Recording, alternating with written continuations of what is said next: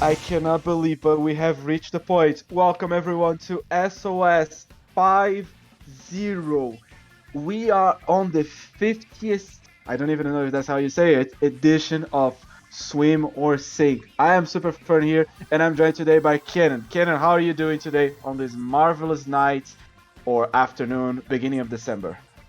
I'm doing all right. It's a great day indeed. We got the big 5-0 mark, 50 SOS tournaments going on right now. Man, that's a great number, man. Almost halfway to 100, bro. That's amazing. How are you feeling about that? I actually feel great, and there's also a punt that I can make with this because, according to people that remember a little bit of Roman numerals, 50 is L. So today, who's gonna be taking the L? Oh well, I don't think anybody wants to take that L. I think everybody's gonna be trying their hardest to win this special event of SOS. Gonna be in the number 50, man. Ain't nobody trying to take that L tonight. That is true. We are going to be bringing a lot of good teams once again for this amazing edition. And with the end of the year just coming nearby, we are going to be having just a little bit more until SOS number 33.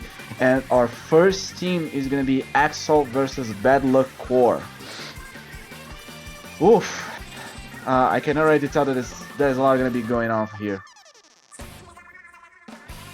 Yeah. All right, we take a look at the rosters. We see a couple of familiar names. We got Miss Popgun's team over on hiatus. I know Miss Popgun's previous team went on a permanent hiatus. Actually, I mean, I think they might just be. I don't know. This might be the same team. Maybe they're just playing for fun. I don't know. But on the other side, we got a couple of unfamiliar names, at least to me. But we got Juon Gugalima. Actually, Gugalima, I remember that name actually. MB1734, Astis, Tadashi, and Neko. So I think we're gonna have a pretty close set here today, actually. Well, that is the team that is from Brazil, so I'm hitting my chest in Oh, celebration. you better not be biased, bro. Of course I'm gonna be biased. But they won the. I always forget what is below gray white. Below Great White, Hammerhead. Hammerhead. They won Hammerhead. I don't remember. Yeah, 2 weeks ago because they didn't have SOS last week. So hiatus is in for a treat. Um, I do wish Miss Popkin and Sakura and Five Sessa and Jinblade all the good luck they might need because honestly, their bracket last 2 weeks ago was against a lot of good teams. We had the winner of SOS 49 against them. They also had the Grillers as well fighting against them. So this is gonna be probably a very interesting match to just see in general. Yeah, it's gonna be awesome, man. Can't wait to see it. Can't wait to see some awesome Splatoon gameplay. As I, for one, had a long day at work, and I can't wait to see some awesome Splatoon gameplay to settle into my night. And you also just finished playing solo queue, so I know how your brain works, Kenna. Don't worry about that. Yeah, well, Uh, I kind of cheated. I played Stingray 52, so it was a pretty easy walk in the park for me. But that's besides the point. that's true because you're also not playing K52 or Bamboo or Enzyme or Splash. That's true. I don't like to That take is the the easy case. way out because I like to play weapons that give me at least a little bit of a challenge. Okay, I'm playing around. All right, so we can take a look at these maps here for this playoff three. First of all, we got Zones Pit. Pretty classic map, pretty classic map build combination. Probably gonna see a lot of long range weapons here. Maybe a tri slosher or two on both sides. One weapon I know that actually kind of, at least I think, is a little bit underrated for Zone's Pit is the K Gloogies. I actually played it in Scrim versus a +2 pickup, and Fizzy Bombs are annoying. Definitely the best bomb in the game. No, you can quote me on that, because I'm pretty sure Chara would agree with me. Moving up, we got Tower Control Sturgeon as well, and on top of that, we have Clan Snapper. What do you think about these map choices, Fern? Clam Snapper is always the vanilla option for going Clam Blitz, to be fair. Tar Control Sturgeon and Zone Spit, I would say it's a little bit like a little bit trying to spice it up. Usually when I think zones, first map that comes to mind is Mako Mart. Um, Then for tower control, the anchovy is also one that comes into mind as well. Even I would say like the four maps or the four maps of apocalypse of Splatoon are zones, Mako, TC. Actually, no, TCI might be a little bit unbiased. But Clan Blade Snapper and Rainmaker Black Valley, like these three are mostly always on every tournament so far, and uh, I would say that in general that I'm excited to see zones fit the most, since it is not necessarily a one-sided KO, not necessarily as easy to lock down your opponents. And for some reason, I think Clan Blitz Piranha Pit is easier to knock out than it is in zones.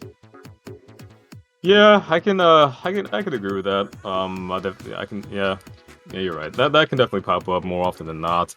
But TC Sturgeon I've actually been seeing quite a lot of too.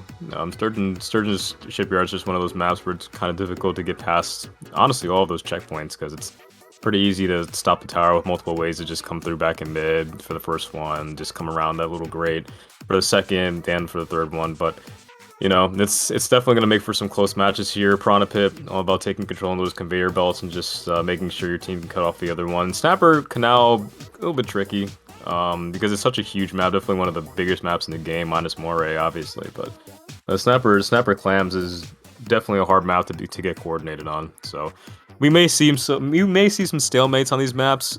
And definitely maybe seeing some overtime as well, but we'll see. Remains to be seen. You did mention the Tri-Slosher on zones, but what about the Flings or the Sloshing Machine? Why the Tri specifically? What does make Piranha Pit benefit from the Tri-Slosher? Or even the Soda Bucket, why the Tri-Slosher? Well, first of all, no fall off on that thing, which is pretty dumb, but you know, because the Tri-Slosher things, but also Tri-Slosher burst bombs helps reach over the conveyor belts as well. I mean, Fizzy Bomb and Splat Bomb can do the same thing, but you know, Machine and well, maybe not too much for the Soda specials are that good in zones. Splashdown, I mean, you know, you'll be lucky if you get one of those off. And the burst bomb are extremely hard to use, but there are kind of like so few Slosher players around anymore. I mean, it would kind of be a treat to see one of those coming out. But Tri-Slosher is very easily accessible to really anybody, so anybody can just pick up the Tri-Slosher and just really benefit their team as being both a Slayer and an armor popper as well.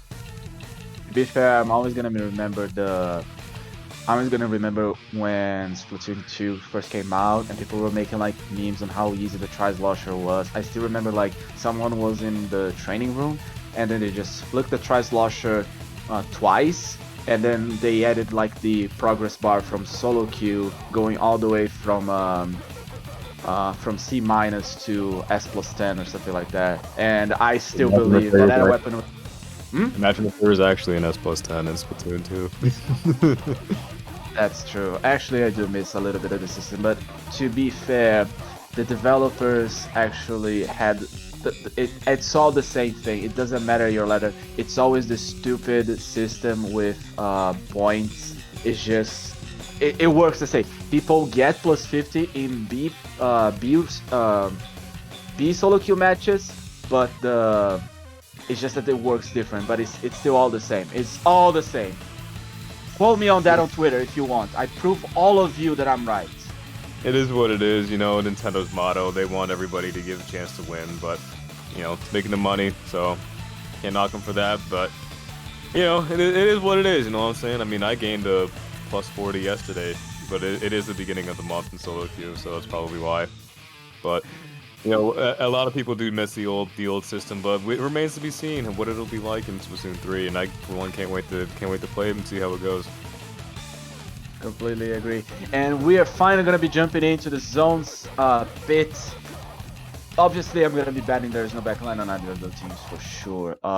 At least one bucket, one soda from one of them at least, and one Tri-Slosher from yours. See a brush coming out, actually. And mirror all shooter comp with the Nautilus. They're definitely going to be painting a lot so the Nautilus can move around. You see all special charge up coming out from the V-Jet, definitely standard when you're playing that weapon on zones. No object shredder, interestingly enough. So the Jet will probably have to get 2 shots on the other team when they have armor. But as we see the zones going towards maybe hiatus first, as Miss Popgun not too close to missile. Maybe she already did get some missiles off right away. The Nawal is popping Inkjet from the left conveyor belt, taking out one as they go 2 down on hiatus already, as they're gonna have to back up here for him. Oh, there's already 3 people down, and the brush finishes off, so it's kind of a delayed wipe. Control of the zone is on the hands of Macaxeira. The blue team correctly plays on the stream, not compared to what happened last week, last 2 weeks ago. Missiles being popped, I think, a little bit too early. Not even armor was being popped from hiatus. But they also get another, they also have the armor from the Junior already being popped and being countered as well. Jet Squatcher does go down. Shot does go down as well to our dear friend over here on MD1734. There's a triple going on down here. It's just a brush sharking somewhere while the Jet Squatcher is just respawning. This doesn't seem a good situation for hiatus. Yeah, unfortunately, this pop gun dropped down a little too preemptively when the Macaxeira was armored already. So they gotten taken out pretty quickly. Jimby's trying to get this in jet. But they may be able to get the English landing, but they do end up going down. This turns into a 3v3 situation. Now it's a 2v2, but hiatus definitely needs to try to get this zone. That's what they were trying to do, but with the Junior trying to paint over them, the K-shot just popping out from the pillow and taking them out. It looks like, well, actually, we got some jump-ins from Sakura as well as Jimby coming in, but it's just Sakura on their zone. So they might have to back up here because there's only 5 left, and Macaxeira looks like they're going to take this. It looks like their first game is going to be going to them. That was a very interesting attempt at the very end. They managed to at least hold the zone a little bit. The brush was playing, I would say, was playing quite smart, not having a lot of movement to go on that situation. Given that they had to fight against the clock, kudos to the Sakura for playing a good brush, managed to get at least 1 pick and at least capping one of the zones. But at the end of the day, with the range of the Nautilus, the paint from the Junior, as a brush, you cannot outpaint it no matter what you do. Well played at the end, but the first game will be going to Macaxeira. Yeah, I mean, popping missiles right away isn't a bad strategy per se. And I did notice that hiatus was running triple missile. You know, me myself, I love playing missile spam weapons. Most people that have played against me know that I switch my weapons all the time. But when on the rare times that I'm actually trying, I normally stick to missile spam weapons. And obviously, one of my strategies is popping missiles right away because you get to call out where everybody is. But in that instance, Macaxeira did a great job at kind of running with those missiles like not too much of a threat. They kind of just avoided them, popped armor at that time, and managed to get a full wipe right away on hiatus. And that kind of they were able to establish control and everything, and just made it way too hard for them to get back.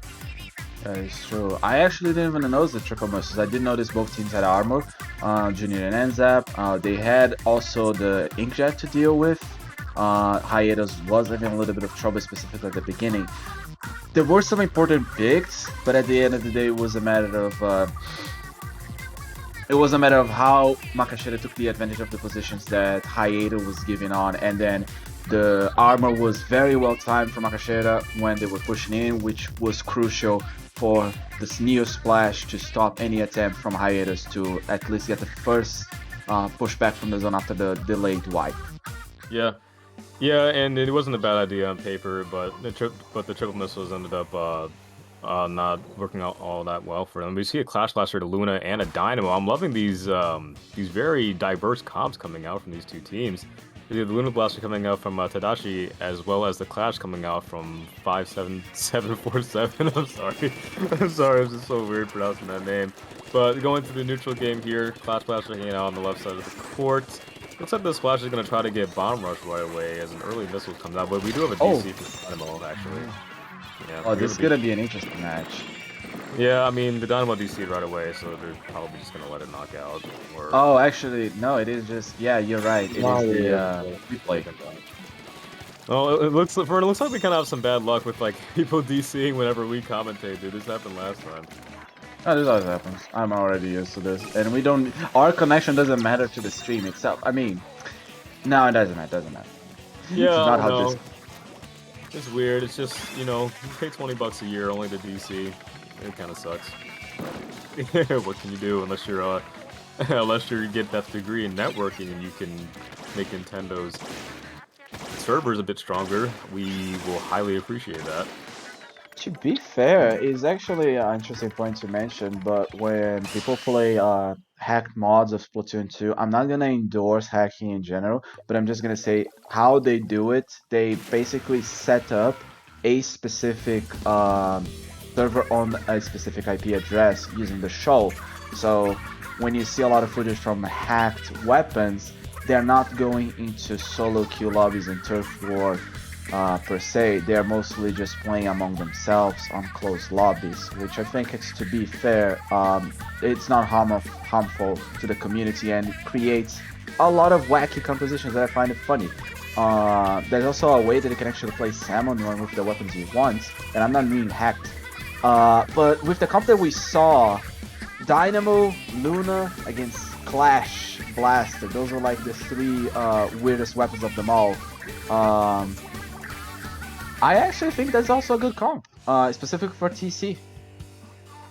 Yeah, I mean, Clash Blaster can. I mean, Clash Blaster's kind of like always been looked at as kind of like the butt of every joke in the community is being like, oh, like you're throwing if you're playing Clash Blaster. But you know, I don't know. Like Clash Blaster, I think if it has the correct comp to work around, it can definitely be a huge threat. I mean, it doesn't kill that fast, but its blast radius is just like that. You know, you see what I'm saying? The Clash Blaster's blast radius is so ridiculously large, it can kind of catch you off guard. And with the well-timed Splat Bomb takes down the NZ from hiatus. Macaxeira trying to get at least a little bit of points. Dynamo dropping with armor over their snipe, getting control of the right first checkpoint off tower. Is indeed holding that special, trying to get a little bit of advantage with the brush and the Clash Blaster on the left side. We now have the Inkjet brush, not armor brush. The nearest splash is the one right in the tower, which I think is a little bit unorthodox, but with the Luna being the one being pretty aggressive, that does seem to work very well against hiatus, and the Dynamo is keeping a lot of pressure, especially from the top of the hiatus sniper. Yeah, hiatus unfortunately let the Luna Blaster get too close. His Luna Blaster is extremely good at getting trades or straight up kills if it just gets too close to you. Hiatus really needs to be looking out for that. I noticed that the Luna Blaster is also running Ninja Squid too. Macaxeira also has a lot of paint on their team as well, just to make it easier for the Luna Jet Blaster to just sneak around and getting some quick kills, because even if you're in your Luna Blaster's range, even if you try to swim away, Luna might still end up getting that pick. But we head back into the neutral game here with hiatus trying to gain some control. It turns into a 3v3 situation as the brush gets the trade with the Luna Blaster. However, the Dynamo is sitting on top of the snipe of Macaxeira is going to make it a little bit difficult for hiatus to even get anywhere onto the tower. Indeed, it's actually quite interesting. If the Dynamo is over there just spamming and flicking their big giant roller, it makes it impossible. Like you see right here, you did mention the range of the Clash Blaster being huge, but the Dynamo has way more range above anything else, and this is kind of a delayed wipe with just one person. No, it's not. My mistake. My bad on that. But yeah, it's just the Dynamo is playing optimal. I would say that the word here for how I forgot their name is just optimal, and that is I need someone that plays Action Done to see if it's actually a good gameplay or not. Well, to the Clash Blaster's credit, they actually did hit the Dynamo a few times from up there, which is true. The Clash Blaster's range is I think very underrated, but however the Dynamo smartly just backed off just outside of his range, was able to get that kill. But we see Macaxeira going to that third checkpoint as Dynamo was menacingly holding that Booyah Bomb to force hiatus into unfavorable positions. As Jimby gets a nice pick on the Luna, however, Macaxeira pushing the tower all the way to the 3-point mark. Not exactly a good look for hiatus, as we get another trade coming on the bottom right of the screen. The missile's coming out too. However, we see that Jom is trying to get into a more favorable position to keep the tower in that spot, make sure it doesn't get too far back into mid, as hiatus definitely trying to gain control of mid here. As we do get another trade, it's just trades on top of trades right now. That's not exactly what hiatus wants right here. True. Honestly, yeah, you don't want to be onto the point of just getting trades. Hiatus does get finally a good position where they're on a two-person advantage. Tadashi misses the first, but managed to hit the third indirect with the Luna Blaster, taking out the Clash, but at the same time, it's not going to be enough to stop the tower reaching the first checkpoint just now. With two people on the tower, it does break a little bit faster, and the Dynamo being announced, the brush gets an important pick. I think taking the Dynamo that was very crucial to breaking the checkpoint, but at the same time, it's just being a bloodbath for ink bath for Macaxeira to deal with hiatus. They might even lose a little bit more points if they're not careful here. Yeah, it seems like Macaxeira was just like filtering in a little bit too much, but Jom is here to pick on Sakura as well as maybe get the pick on the tower too. However, the Clash Blaster doesn't manage to kill the Dynamo in time, As I mentioned before, Clash Blaster's kill time, if you don't get any directs, is pretty slow, and that gave the Dynamo enough time to get a nice trade on the Clash Blaster. If the Clash Blaster still left alive, it probably would have been a pretty big problem for Macaxeira as the tower resets the mid. Then Luna Tadashi getting a nice double on 2 people trying to take them out onto their spinner. With Tadashi again still in their core, getting into a triple, and actually turns into a quad on getting into a 5-kill. Excuse me, Tadashi just going ham on the Luna Blaster right now. Because with 30 seconds remaining, Hiatus is not in a very good position to take this back. It looks like they're going to need some sort of miracle right here. 20 seconds remaining on the clock. It's 32-3. With Macaxeira even getting closer once again to knocking out. The Neo Splash, I think, is playing defensive mostly, so there's not a snowball effect happening just in case they lose even more and more players to the fight. They do try to get into a position where they will be an advantage, but for the Dynamo will get picked. The Neo Splash gets picked as well. It's just the end zap, so it's a delayed wap with the Luna Blaster, just finding a position to respawn. Hiatus has the last opportunity to push right here and take this decision to the last game. Otherwise, they'll already be losing down 1 set. Yeah, Hiatus needs to play this extremely carefully. They have to be careful of people sneaking up. Just like that, that does a really good job taking out the person trying to come to the tower. Nice pick on the Luna Blaster too, coming out from Sakura. As Hiatus is in a very favorable position right here. That person gets missile. That was a nice pick. However, the Booyah Bomb coming out with just Sakura left. The clutch Booyah Bomb coming through to save Macaxeira, because if that Booyah Bomb didn't come through, it looks like Hiatus actually might have taken that win. But the set win overall will go to Macaxeira. However, it is a play all 3 set. And being Swiss, your overall end score can be detrimental to your placing in the brackets later on in the tournament. Not a bad match at all. Hiatus did have a great opportunity to take the lead at the end. I would just say, Guga, my friend, you were the first one to get picked at the last moment, and as we said, the Dynamo saved your ass. Did save your team at the end. He's gonna yell at us. Yeah, no, Popkin's gonna yell at me for sure. Because Guga, you were the end zap. You literally just rushed the tower trying to get the pick and jump into a 3v1 situation that was not beneficial to you. Especially because you were the end zap. That was just gonna be my criticism, because I was paying attention to any mistakes you guys made. Yeah, Popcorn, I'm being a good fire bunny, man. Don't yell at me. Yeah, but you are correct. The Dynamo definitely did save Macaxeira's skin by the skin of their teeth, because that tower was moving very, very fast. But we're gonna be moving on to this last map mode combination in Clan Blitz Snapper Canal, as Hiatus definitely picked up their game as the game went on. Actually looked like they were almost getting used to the way that Macaxeira was playing. So we'll see if they can replicate that in this last match of this set. I do expect some longer range weapons to come out, just because Snapper is a big map, but you know, that remains to be seen. As the game's starting up here, we will see what weapons each team chooses going on here. I do expect the usual armor missiles to come out from both teams.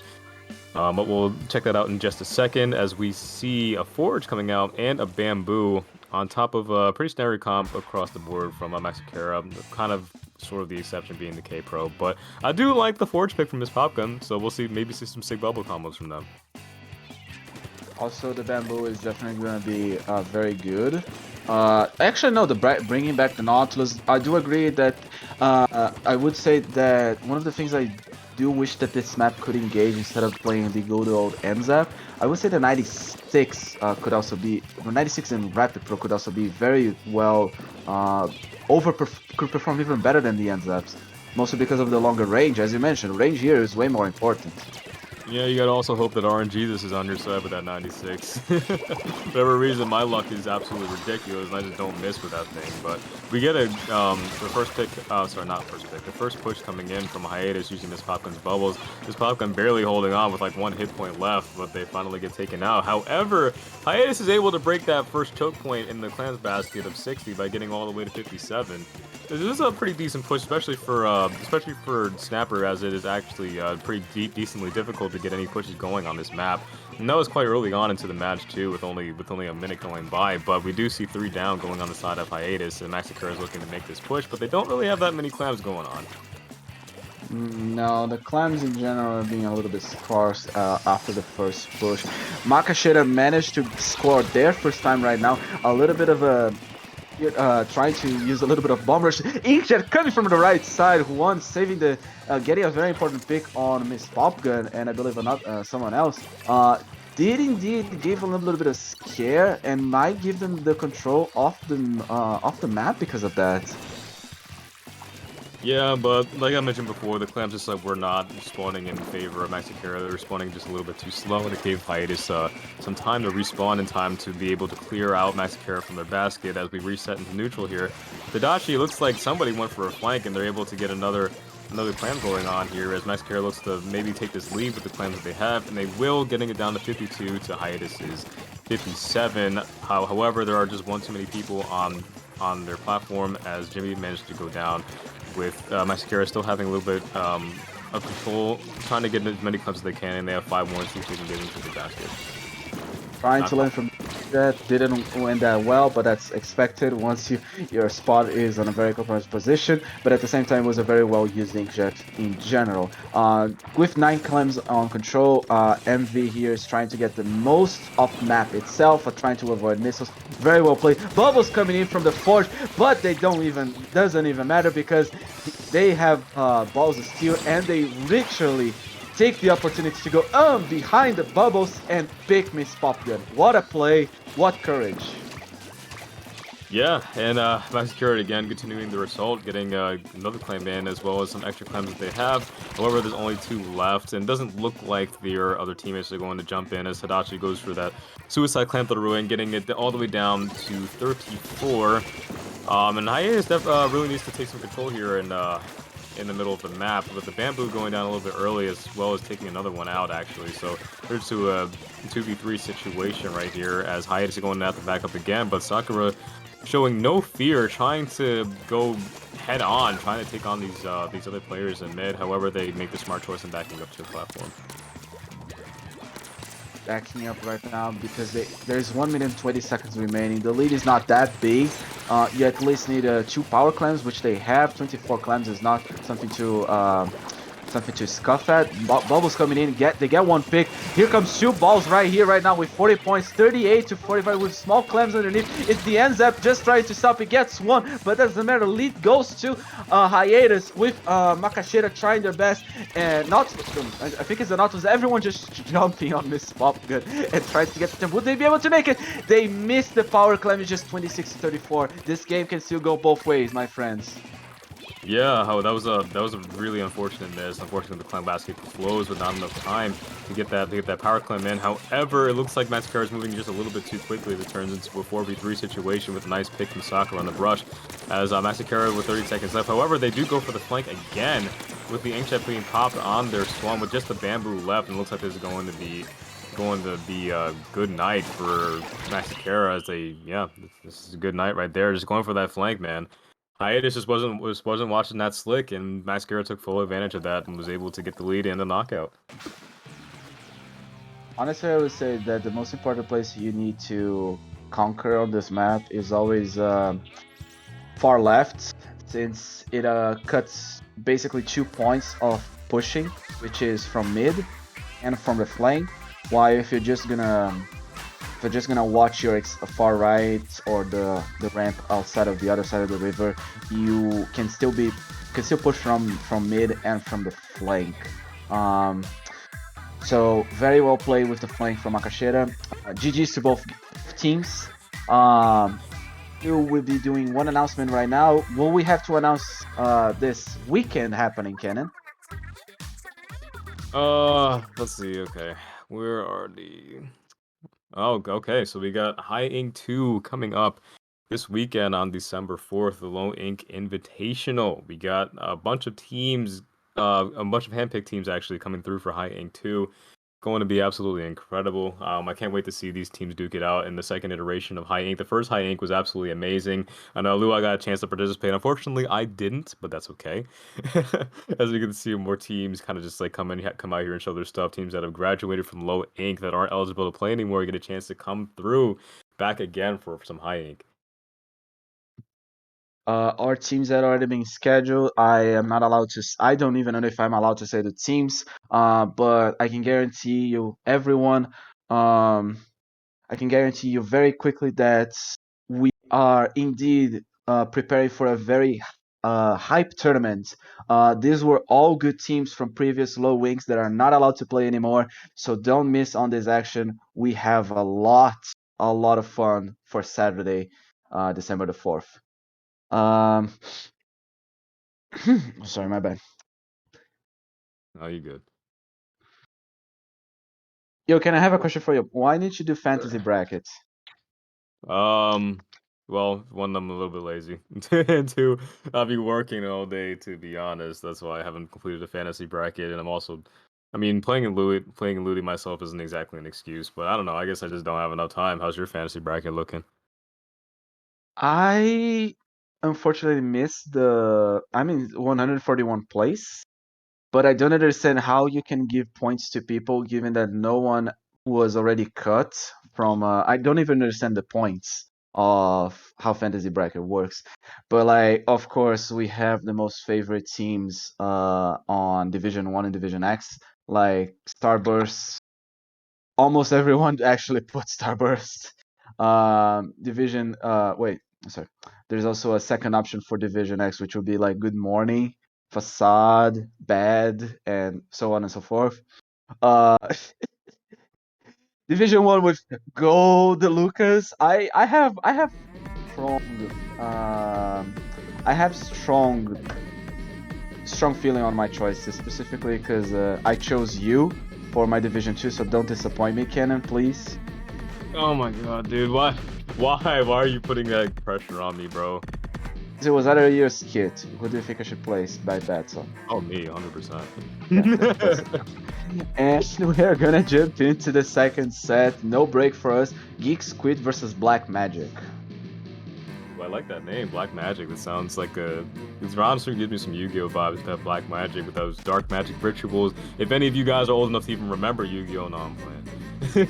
But yeah, but you got Geek Squid versus Black Magic. Lots of familiar people, at least to me. Geek Squid, love the people over at Geek Squid. We got my boy Bowen over there. Absolutely love Bowen. Really cool person. I hope they do well in this set. But also the Black Magic. They got Latte. I know Latte's a roller player, man. You don't see that too often, bro. Roller players are kind of rare. They also got Lorena, Mocha, Dave, and Yorchi. So we're gonna see how this plays out.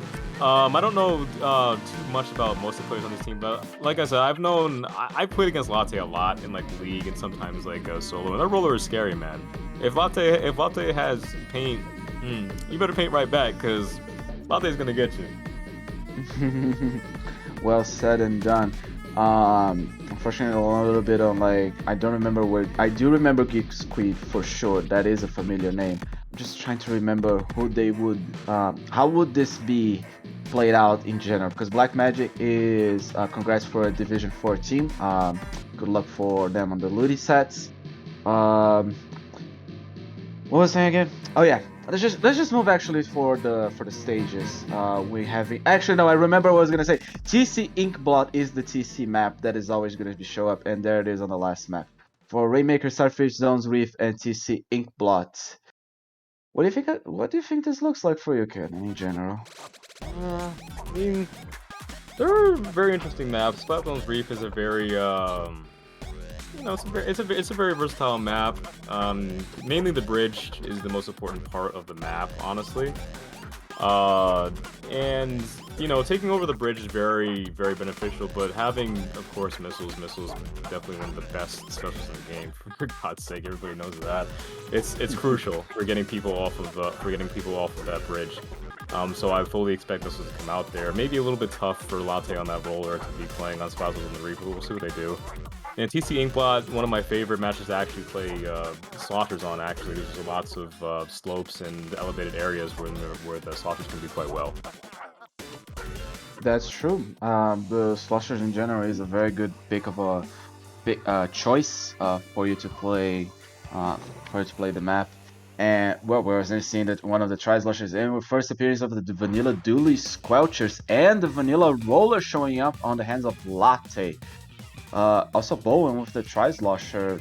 Oh, Pop is definitely gonna be tricky for Geek Squad. Actually, no, the pop in general could be go both ways because of the bombs in general, except for the curling bomb. But they managed to get it just in time with the good coordination. Here comes Lottie swinging that roller, swinging for the Woomy, and getting two on the way.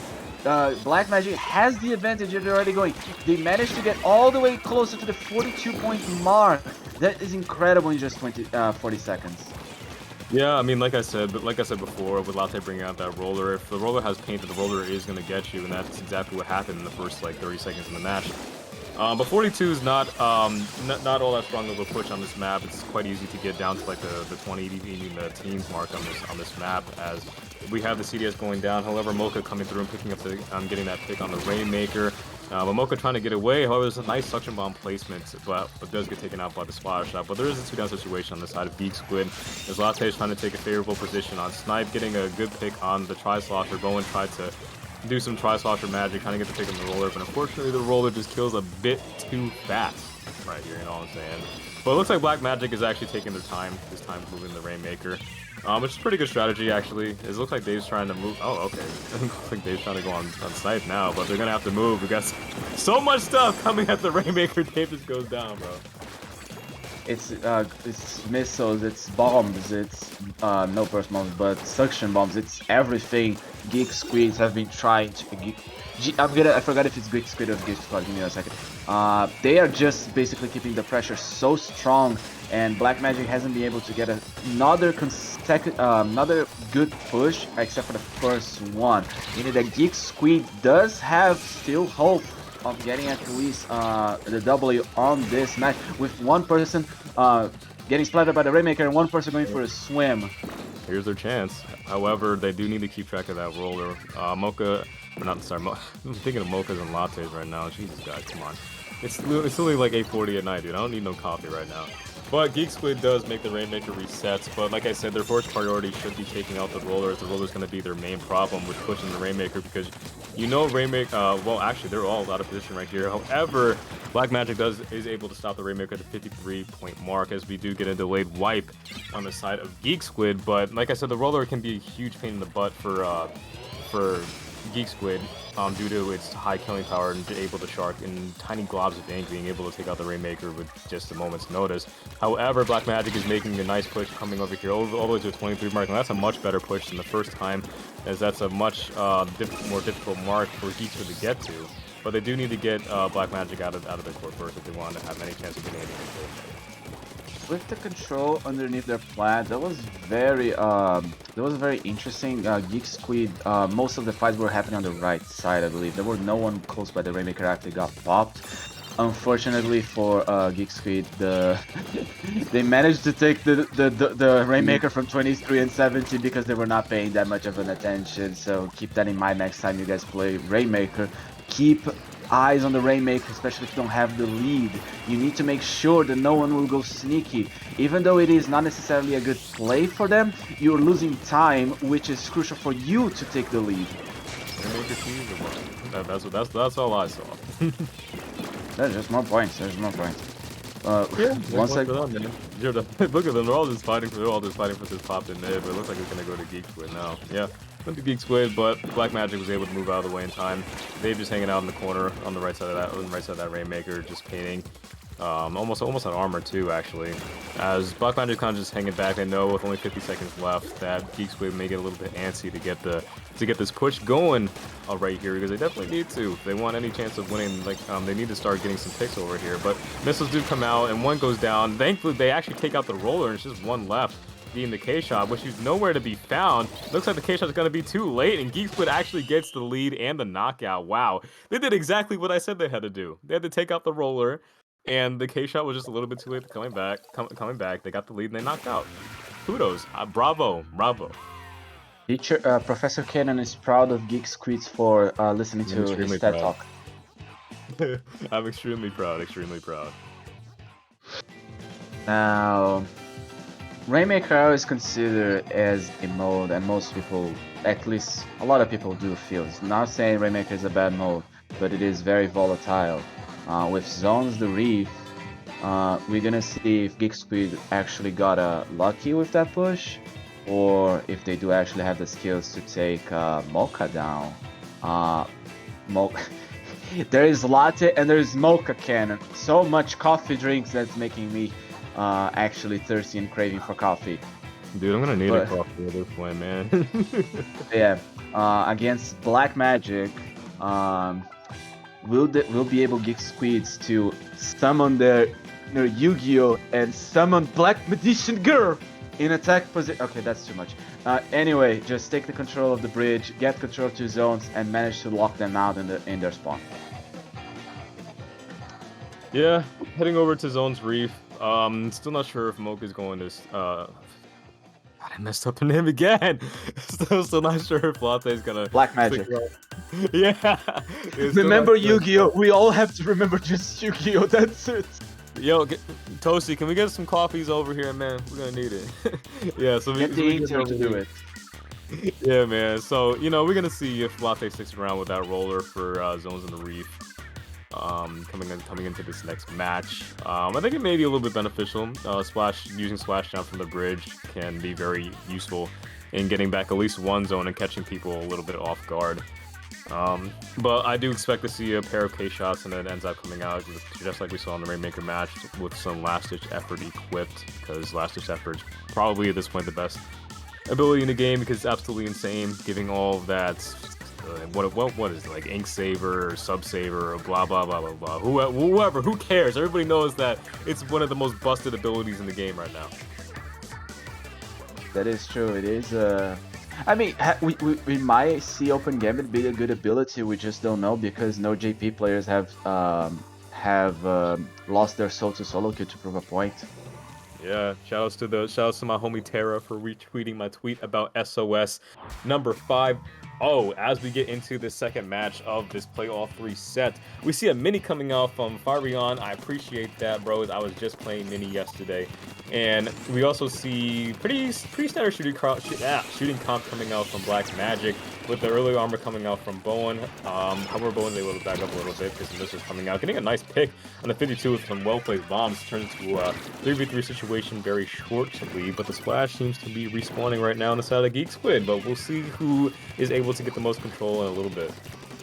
I just realized the 52 gals have just made their first appearance on SOS number 50. But yeah, both teams have very heavy paint comp in general. The main problem is going to be either the RNG of the bullets or just positioning themselves after not getting picked by a 52, just sharking or a little bit too, well, I cannot say this word, but like a little bit too confident, let's just say. It's another word with C that then goes with the O. Yeah, speaking of 52, we see Albert getting a pick onto Mocha, the splash player, but does get revenge KO'd by another. Actually, we do have two 52s in the match right here. I'm not sure if Farion might have a couple of subs of main power bombs. I see their mini firing for just a little bit longer than usual.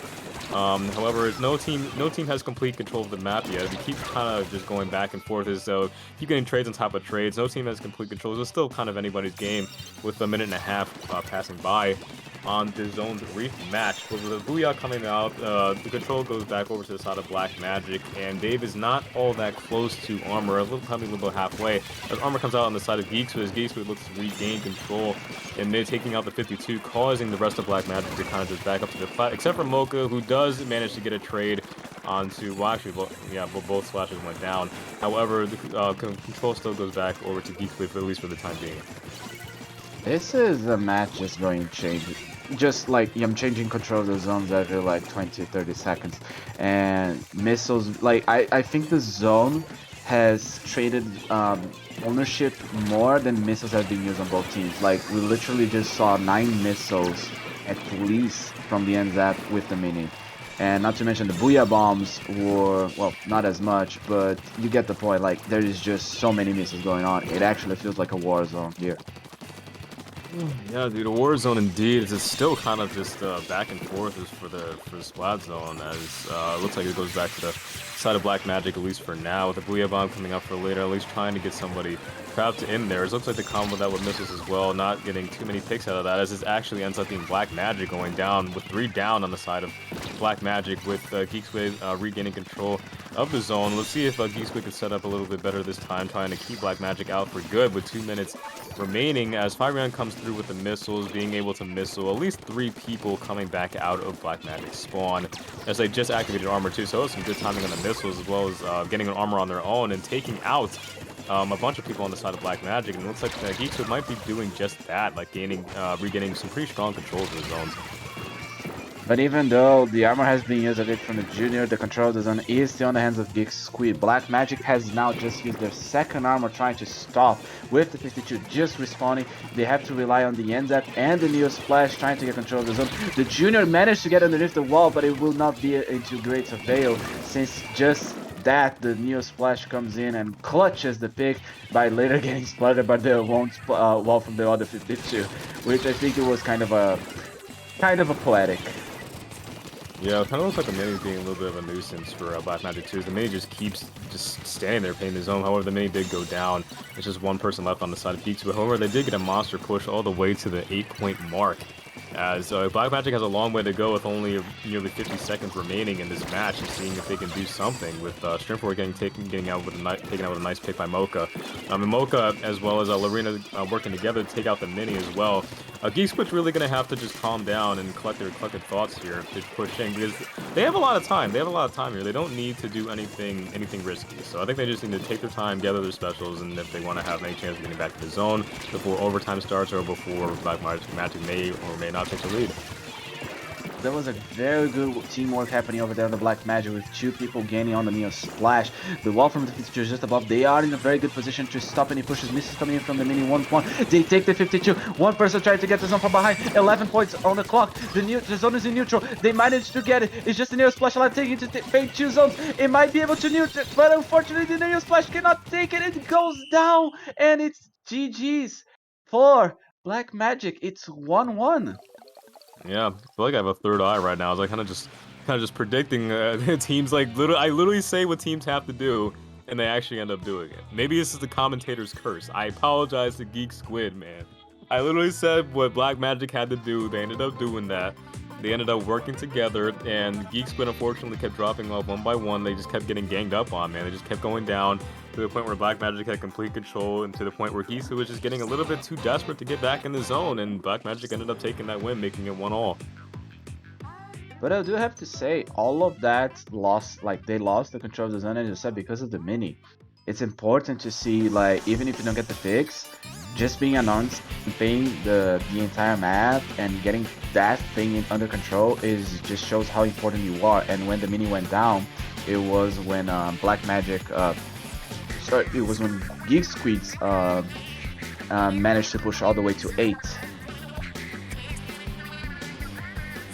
Yeah, we're going on to this last match here with Tower Control Inkblots. I do expect Latte's, got it right that time, Latte's roller to come back out for TC Inkblot, because Inkblot is actually quite a decent map for the spot roller in general. You have a lot of tight spaces for the roller to get a couple of key picks.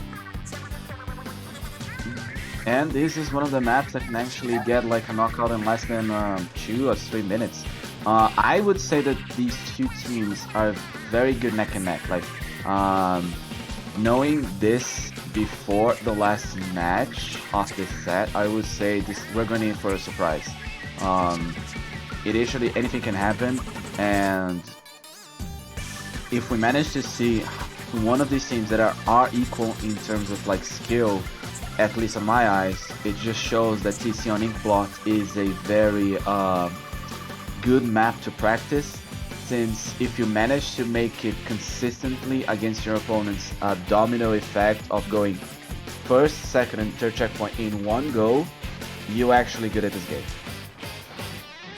Yeah, for real. Yeah, we're going to be coming up soon, seeing what weapons each team has chosen, just waiting on one more person to come through for this TC Inkblot Art Academy game. I'm going to be seeing if anybody has made any changes to their strategies or anything like that. Seeing also who's going to be riding the tower, as both teams actually managed to be playing fairly aggressive comps right here. And going into this game, so we see a custom blaster coming out from Shinfort and the roller coming out from Latte. Again, this is some very interesting comps actually. Not too many very standard weapons coming out here. I really like the blaster pick. I'm sure if Sursk is watching, then he'll really appreciate the blaster coming out. Lorena already getting the picture on Bowen with the blaster kind of stuck a little bit too close to the 52, with Lorena getting a quick double with only less than 20 seconds into the match, and it looks like Control's going to be going to Black Magic with this first push.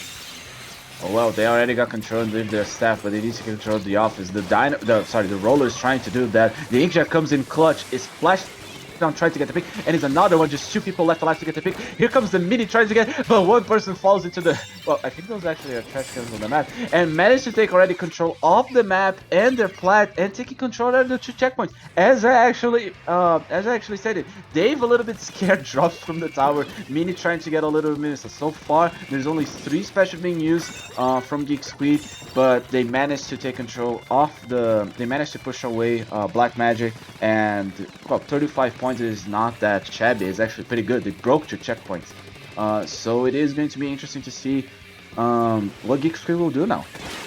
Yeah, especially the second checkpoint of Inkblot is a noticeably pretty difficult checkpoint to get through. As it goes down to a 2v3 situation with Geek Squid trying to have a little bit of control here. However, they're all kind of packed together on the tower, but Bowen popping the armor, trying to push further into Black Magic's base, seeing what they can do as they're together with Albert right here. Getting a pick on the roller, does get the pick on the roller, and it looks like the K-Shot almost died of missiles. Bowen looks like it's out of ink, but still manages to get the pick onto the T-Tech as it's just a mini on tower. Oh, just so close, dude. Literally like maybe like 2 ticks off of that checkpoint. That's highly unfortunate. But control of mid's going to go back to the side of Black Magic. Is this what a 52 Ditto is? Just throwing walls at each other? Yes. Wonderful. The same thing goes. The same goes for Green Range Blaster. It's just throwing burst bombs and getting the other splash damage. It's that is it. And the bamboo is even funnier because you're just like trying to literally pretend you're both snipers with the more range of the map, and you both end up just splatting each other. Yeah, and the Booyah Bomb from Lorena unfortunately getting cancelled out, not getting any picks either from the combined FF Shinfort and another teammate to take that out. Very nice gameplay, but one does go down on the side of Geek Squid, and Black Magic trying to take advantage of that by popping armor as Latte comes through, barreling through with the roller, but just a 52 left on the side of Geek Squid.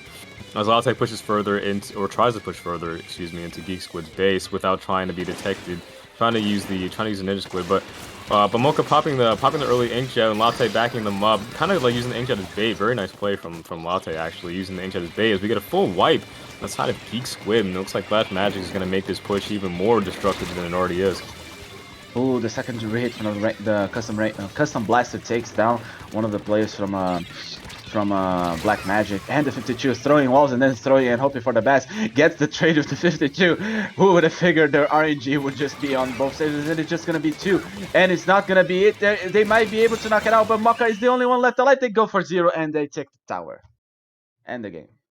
Yeah, that was really good team coordination on the side of Black Magic. I really did like that play from Latte using the Inkjet as bait, making the Tri-Saucer get too close, thinking that the Inkjet was the only one there. As a Tri-Saucer may have gotten Mocha's Inkjet if Latte wasn't there to back them up, as it goes to a pretty dominant win on the side of Black Magic. However, great gameplay to both teams. Black Magic will be taking this set 2-1.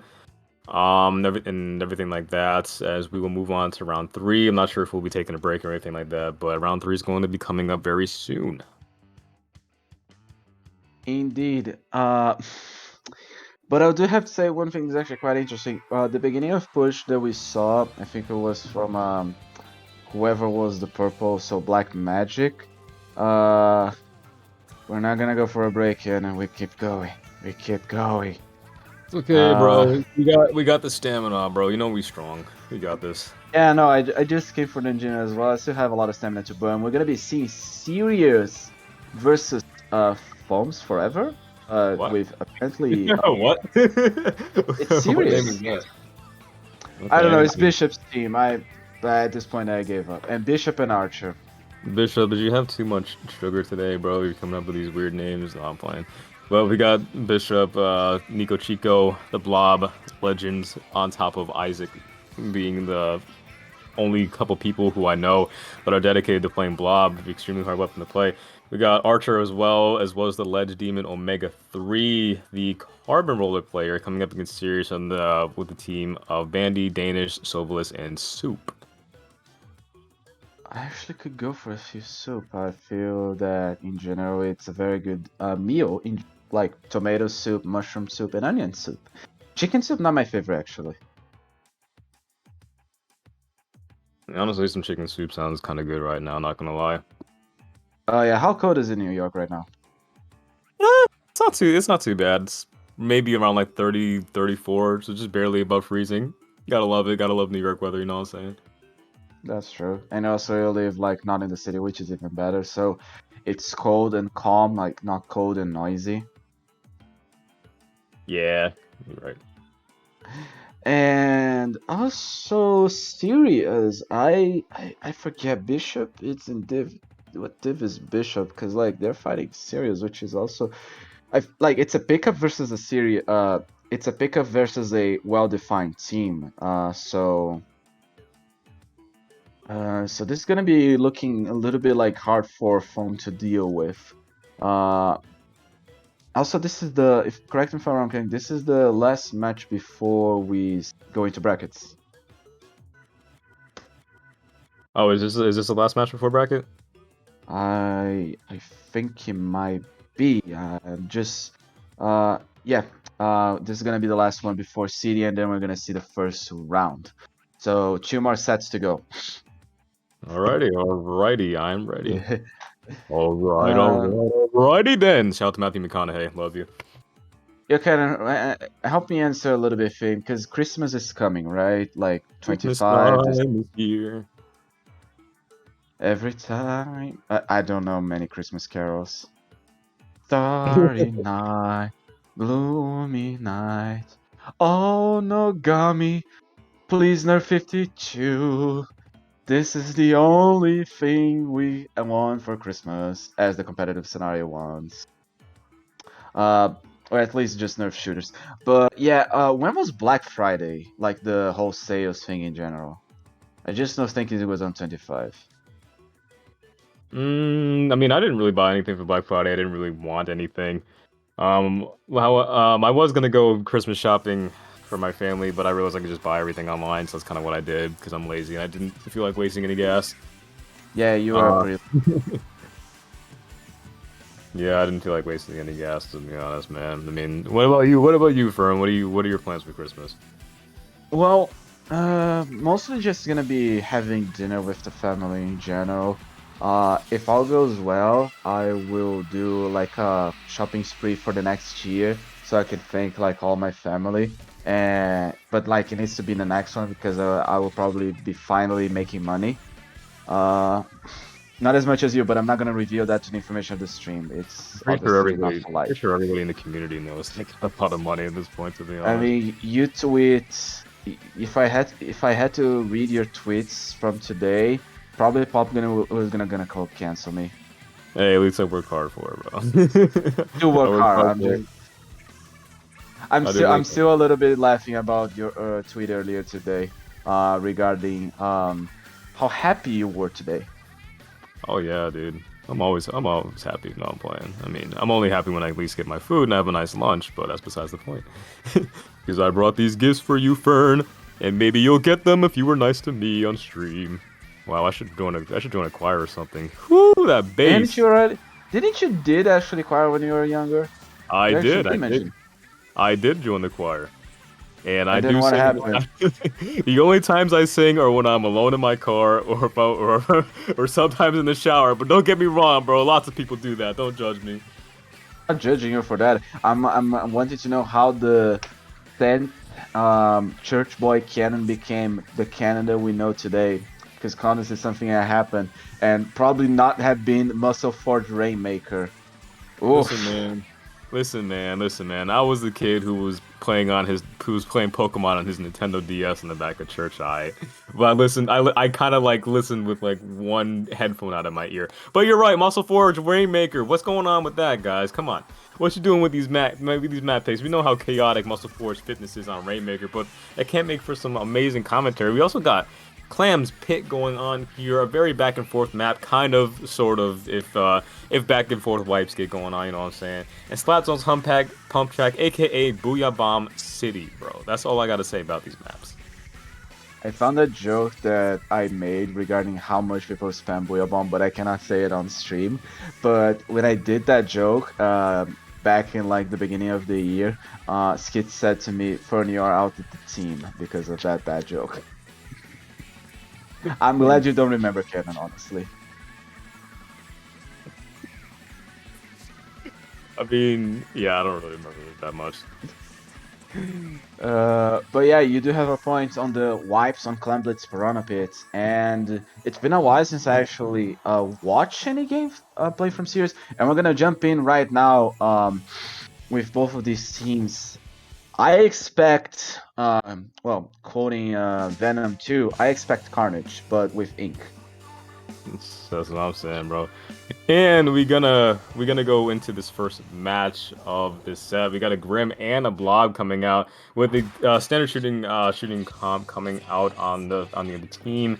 However, I am curious to see how the Blob be doing. We see a quick respawn build coming out on the side of Omega 3 on the custom comp on the carbon deco. Actually, yeah, this comp coming out from Bishop's team is very interesting. Actually, doesn't have the best in terms of paint, but it's very interesting comp. So I'm curious to see how this works out. And it looks like it's going to be working out not too well in the first start of this match as Soup and Bandy be pushing up with Soup popping the ink drive right away, and Bandy going with that support with the Booyah Bomb. Coming in with this first push, going out to the 80 mark. Let's see if they can maybe get past that choke point of 60 points. With on the side of Sirius is still kind of just like stuck in the right under Foams Forever's clan basket. They gotta do something to get them out. Banny just throwing the clams forward for themselves. I mean, I like the play, but it's a little bit unorthodox, but it still ended up working out. As Bandy making the correct choice, jumping out, being a pretty strong first push actually, all the way to 44. Yeah, Sirius, the green team is the one that pushed to 44. Foams, the Bishop's team, is trying their best to at least take control back of the zone because of the lack of paint that they have. In general, I would say that this comp is gonna be hard for Foams Forever to come back from it because it was like a very good push. Sirius is a very good team. 52k shot, like they are fighting the meta comp, which is annoying as hell. It's annoying. That's it. I'm sorry, I have to tell something to I'm not Phil doing Steve. anything, Popkin. I'm minding my business, bro. Bandy getting the pick on Nico Chico, the blob legend, but Bishop coming through with the Grim Range Blaster, doing it for all the Grim main. Shout out to Pro Charles. We know you love that Grim Range Blaster, you know what I'm saying? But you are correct, Fern, on the side of Foams Forever. It's gonna be a little bit difficult getting some control on this map because, like I said, they don't have that much paint. On the side of Sirius, they have a 52k shot and a Zap is painting the map with both their painting power, missiles, whatever. They have a lot of painting power, man. That's my point. Is Bandy kind of going in again, getting a double on Nico Chico and Archer, as it looks like Sirius is going to be getting another push into right here with Dan jumping in with the power clam, almost with missiles. Looks like they're probably going to use that on the coming back in Foams Forever, just prolonging the experience of them just kind of being stuck in their spawn. Sirius with 10 points remaining, 1 point, just one more small clamp, they can make it, they throw it and they KO. Yeah, that's the meta right there, folks. Yeah, that is Piranha Clamblitz. Yeah, they just didn't have enough. They just didn't have enough paint, man. Not enough paint. Unless Bishop was hitting their directs, the killing power is a tad slow, I guess. Maybe. I don't know, man. I don't know, man. But that was that for the first map. So that was that. We're gonna move on here to Muscle Forge Rainmaker, which everybody knows that Rainmaker can go with separate ways. Rainmaker is definitely one of the most, if not the most volatile modes in the game of Splatoon 2. Anything can happen. That is true. That is true indeed. I agree with you. This map is very hard to play. In general, I don't know what it is. It's just like it's like Humpback Rainmaker, but worse. Um, I don't know. It just doesn't feel that good. Like you cannot take as much control of mid because of the way the map is laid out. It just feels weird.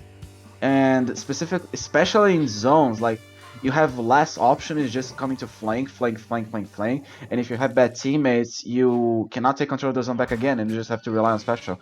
But on Rainmaker, it's still rents and repeats. It's just the same endurance test.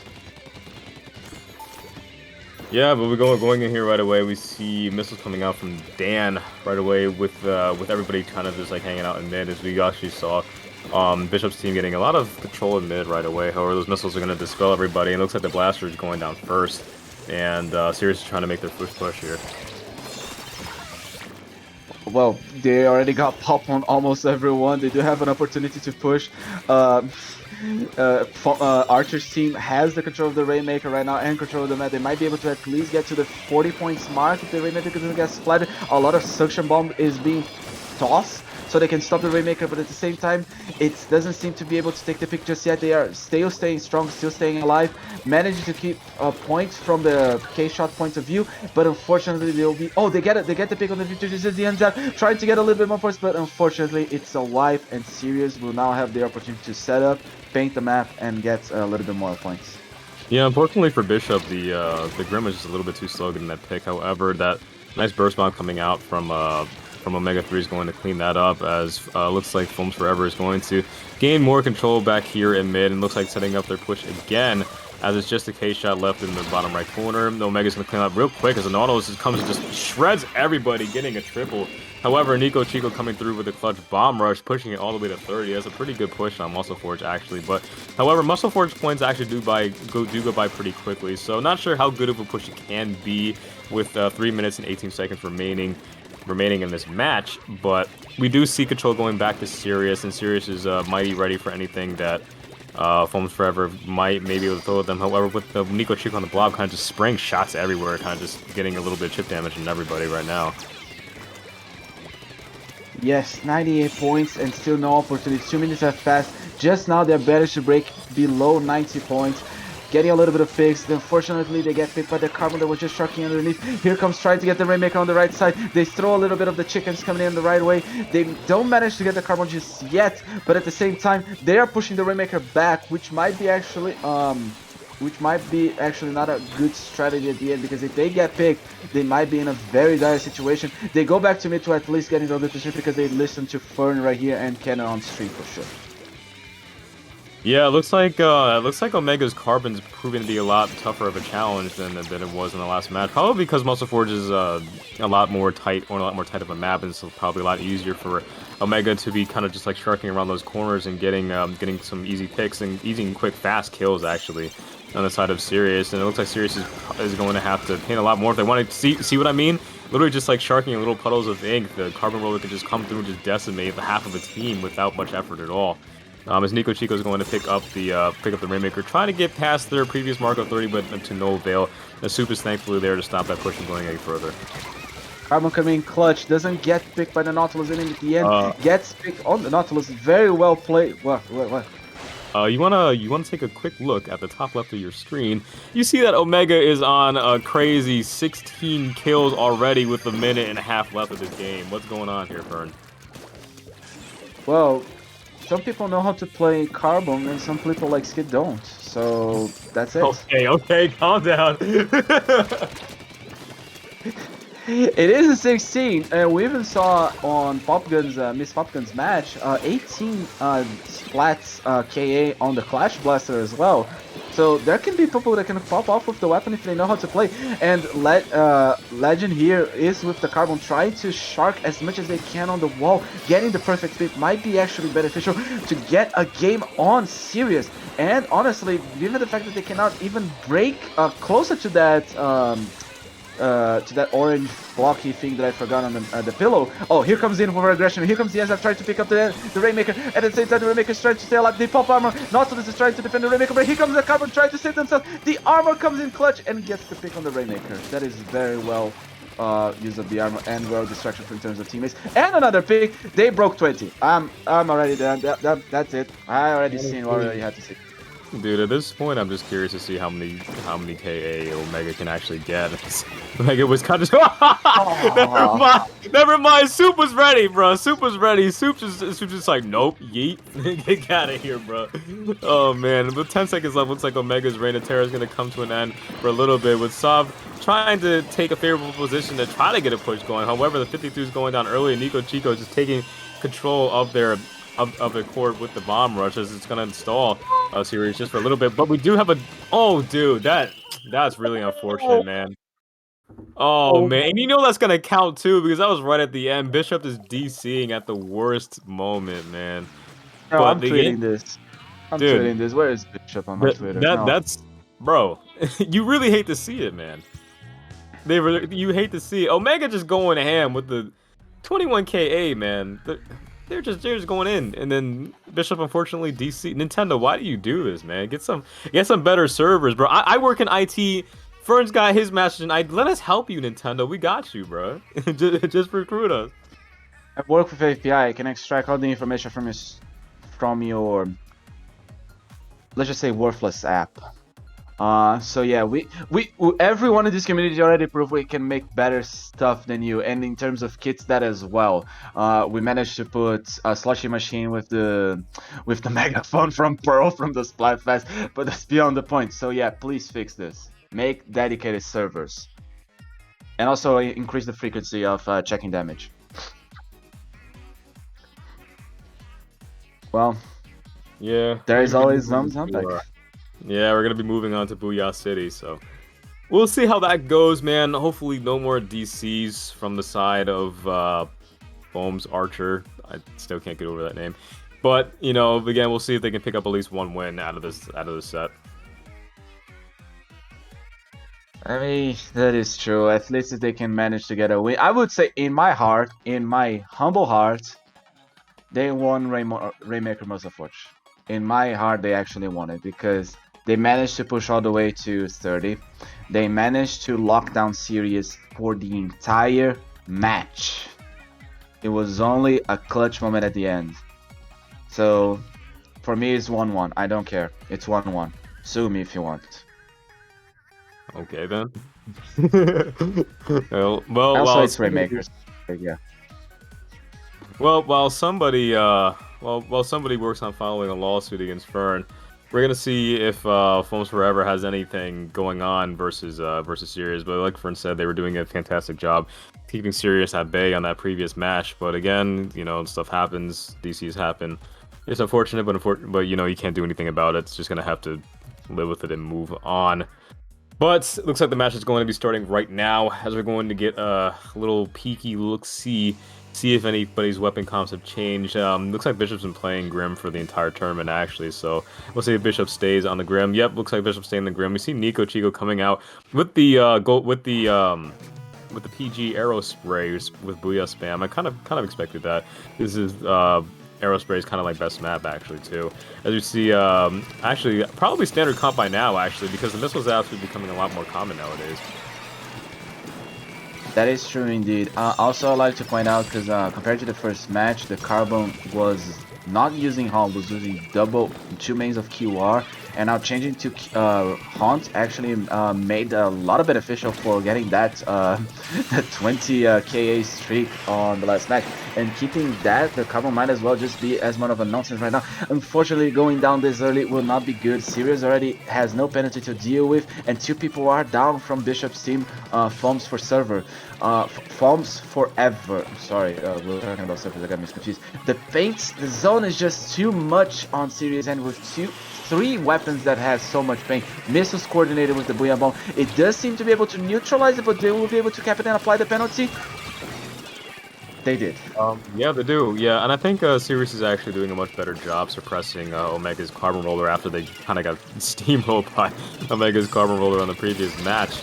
on this zones match. I also think they're doing a great job suppressing Bishop on the Grim Range Blaster too, as they know that the Grim is one of the slowest weapons in the game. As they're kind of just like at least double teaming the Grim every single time to make sure we can't get too much going on.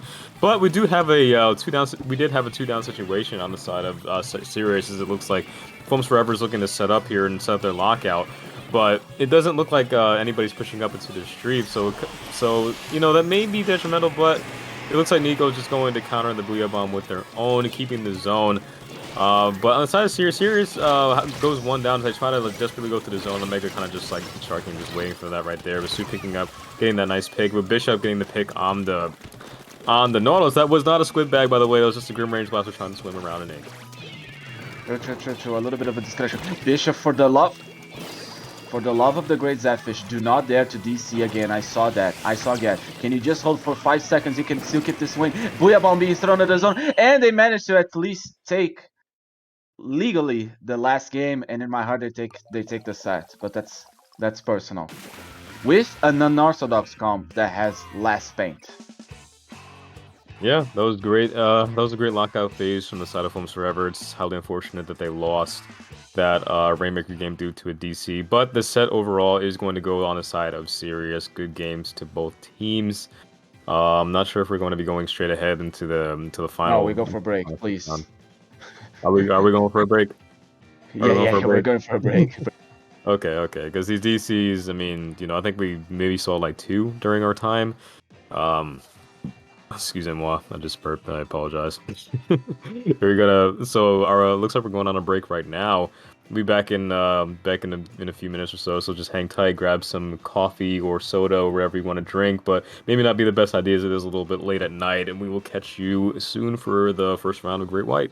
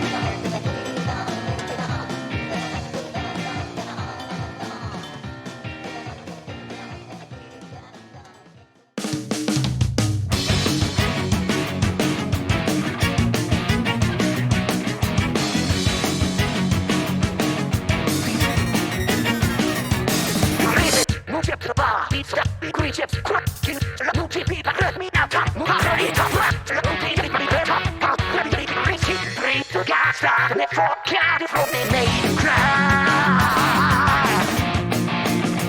But if you don't do it,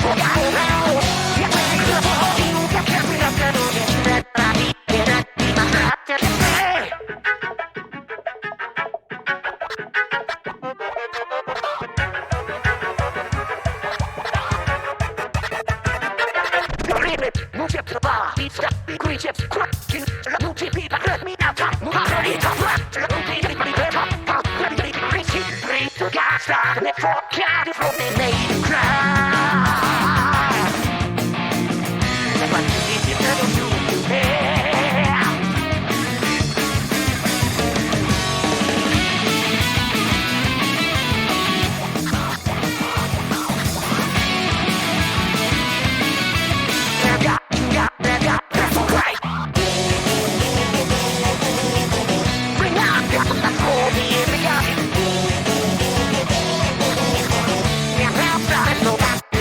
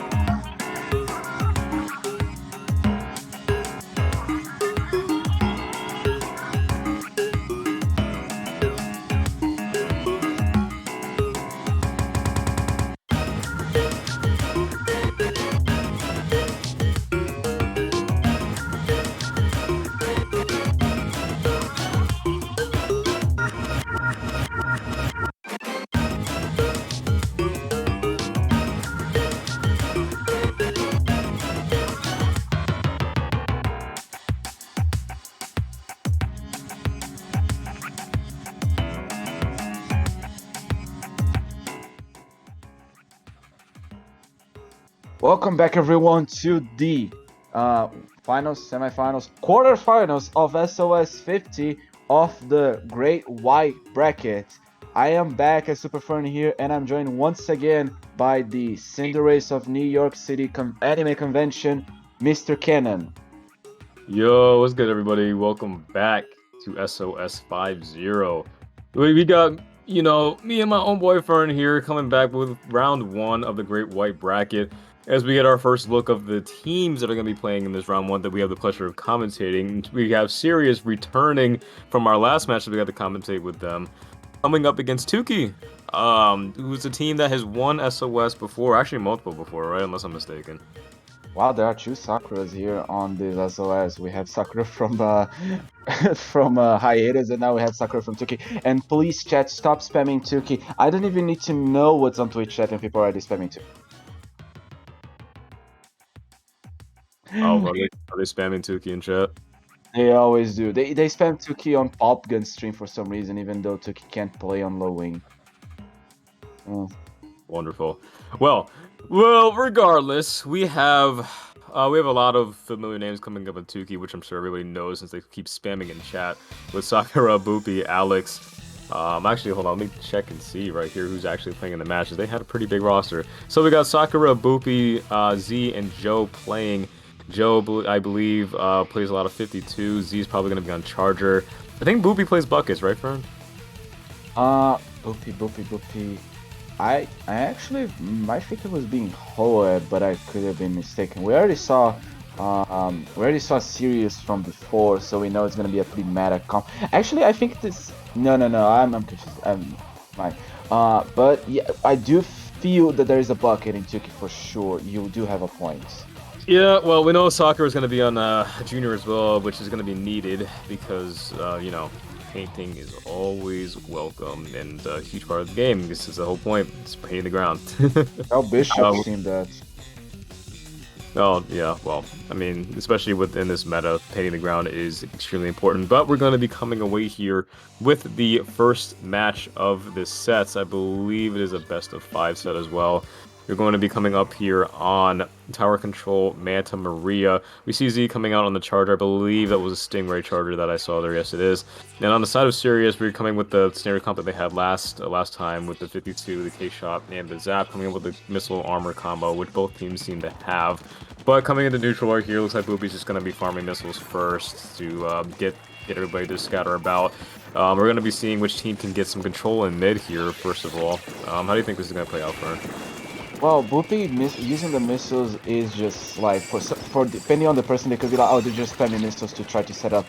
But I would say that in general, they're also trying to get the position, which right here, Boopy saw that there were 3 players on the left side at the beginning of the match, and then there were like one just player watching on the bunker. That was crucial information in order to give callouts, and here be once again figuring out that there's just one person on top left, but at the same time they are prioritizing breaking the first checkpoint as much as they can. K-Shot, the K-Shot decided not to break the tower. I think it was a pretty safe option, given that Z was splatted, meaning that there is barely anyone to hold the deafening lines, and there is a trade happening over at the entrance of the flank in between Tuki and Sirius. Very nice indeed, and a nice shot from Z.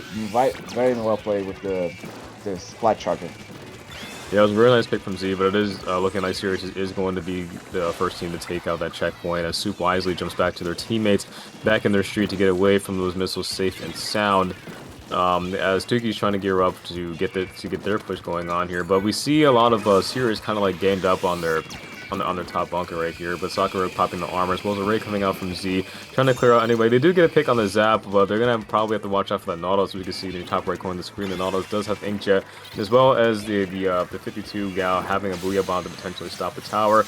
With the Booyah Bomb coming out right now, but it looks like Sakura go off the tower for a little bit, but Z's taking a very aggressive position on the top right corner with Boopy actually getting a nice pick, getting a nice double right here too, actually, making a 2-down situation on the side of Sirius as their push keeps going.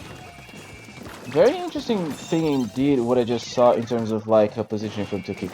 Z went with the Stingray, managing to raid from top right side, so no one would push the tower while their teammates were keeping the pressure on the left. That did manage to bring a lot of pressure and a lot of points for Tuki, which they managed to still break to check all the way to the almost to the last checkpoint.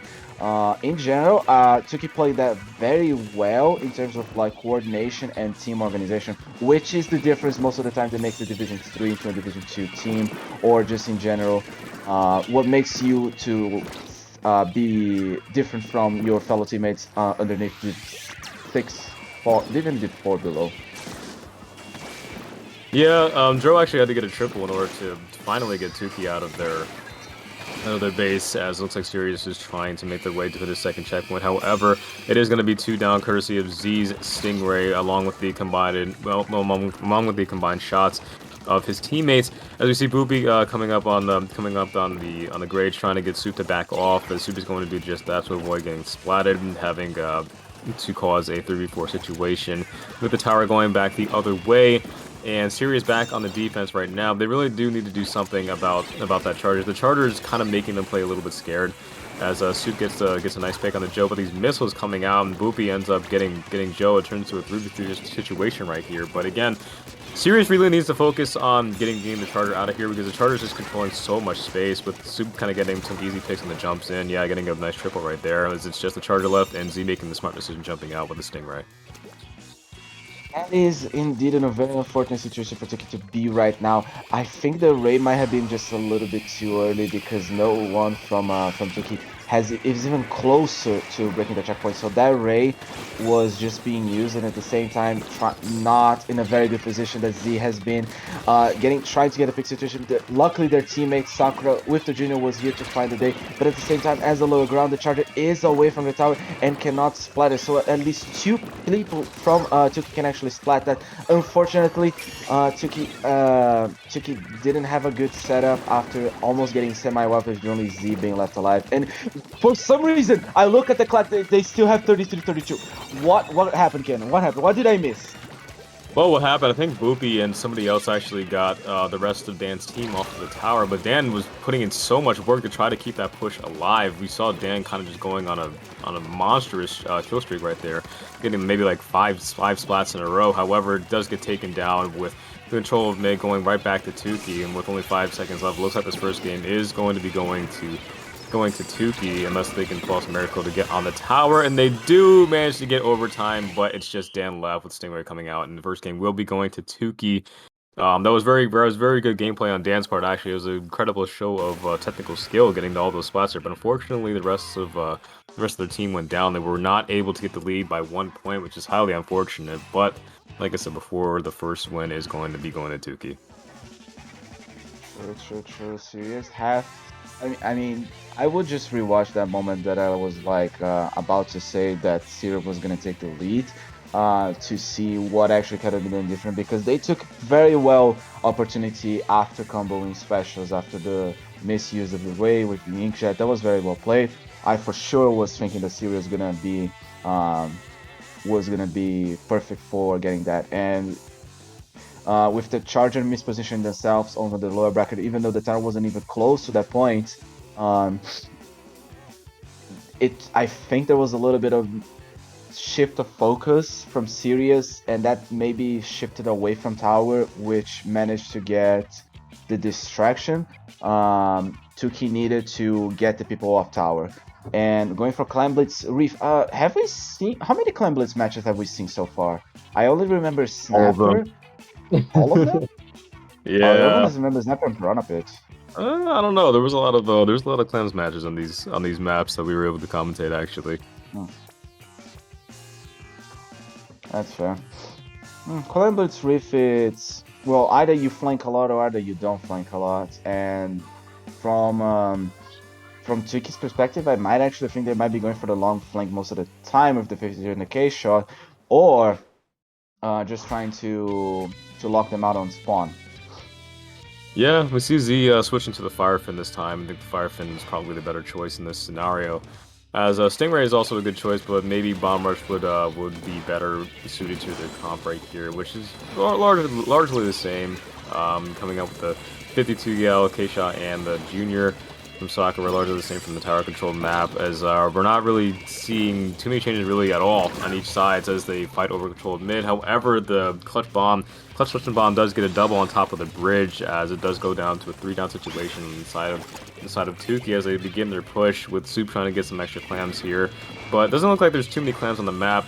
This is kind of the trouble with the very beginning of clam patches. There's not too many clams spawning right at the beginning of the game, so early pushes tend to not really sway too far out of control unless it's on Port Mackerel. You know, Port Mackerel you can knock out in like 30 seconds, but you know, they don't get too far, only get to 27.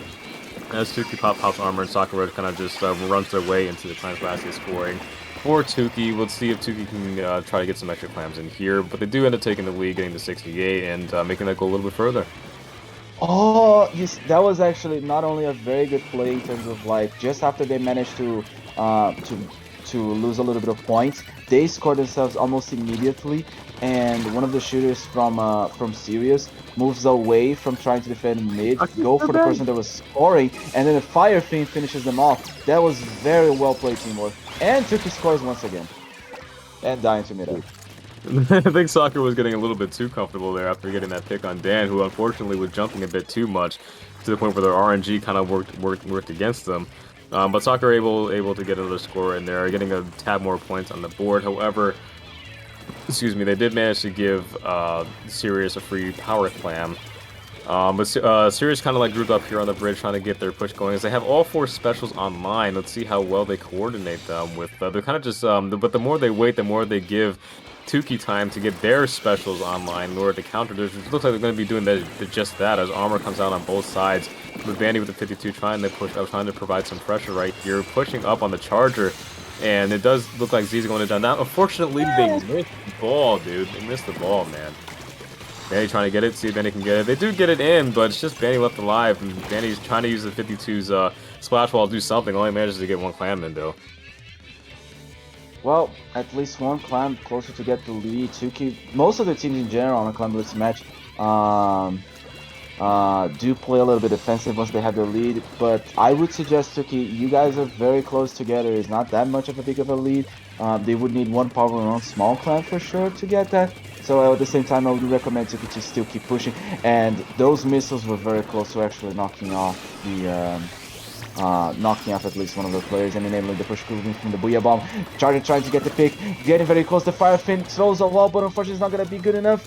And unfortunately they get split just before with a 52 just sharking underneath. Hoet tried to recover the power clam and survive the Inkjet. Noticing the Inkjet is on the right side. Sakura and Hoet throw the 2 power clams and getting even a bigger lead. That's amazing.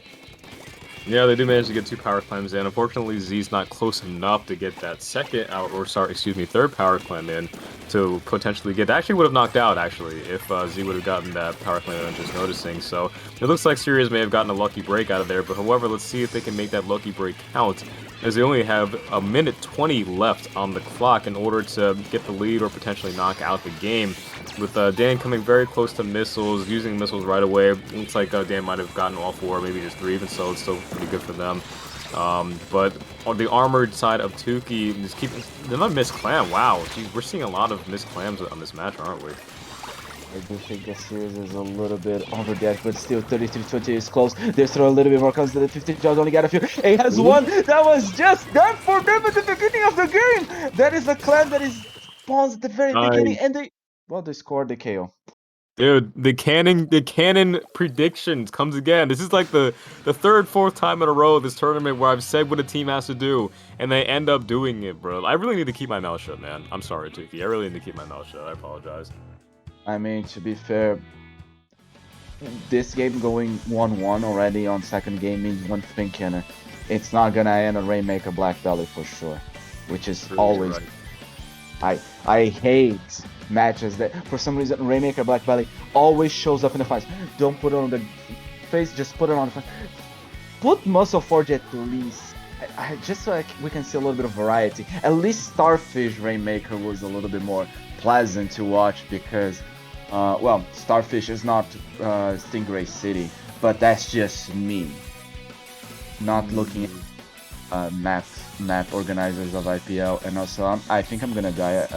Someone's gonna put me on a torch tomorrow for sure for saying those. I think Popman's probably gonna put you in timeout for something after we're done getting off the mic. But yeah, Black Belly Rainmaker is for sure one of the main map mode combinations in the game where Stingray is very, very important.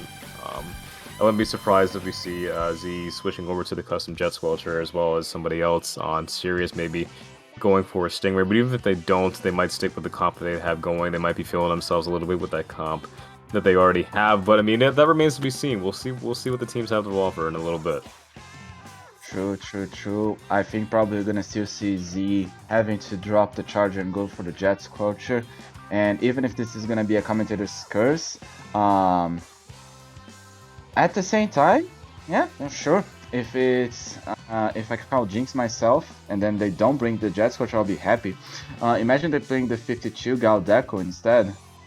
Just imagine I was playing that myself for the one match of Rainmaker that I had, because I personally think it's a little bit underrated. I mean, maybe not. If you want to be like a little more aggressive with the Stingray weapon, sure, but higher up people, I should say that it doesn't synergize well with the weapon. But a 52 is a 52. But anyway, coming into this Rainmaker Black Belly match, we're going to see if any teams have made any changes to their comps. With Z actually sticking with the Charger, going with the Stingray Charger, of course.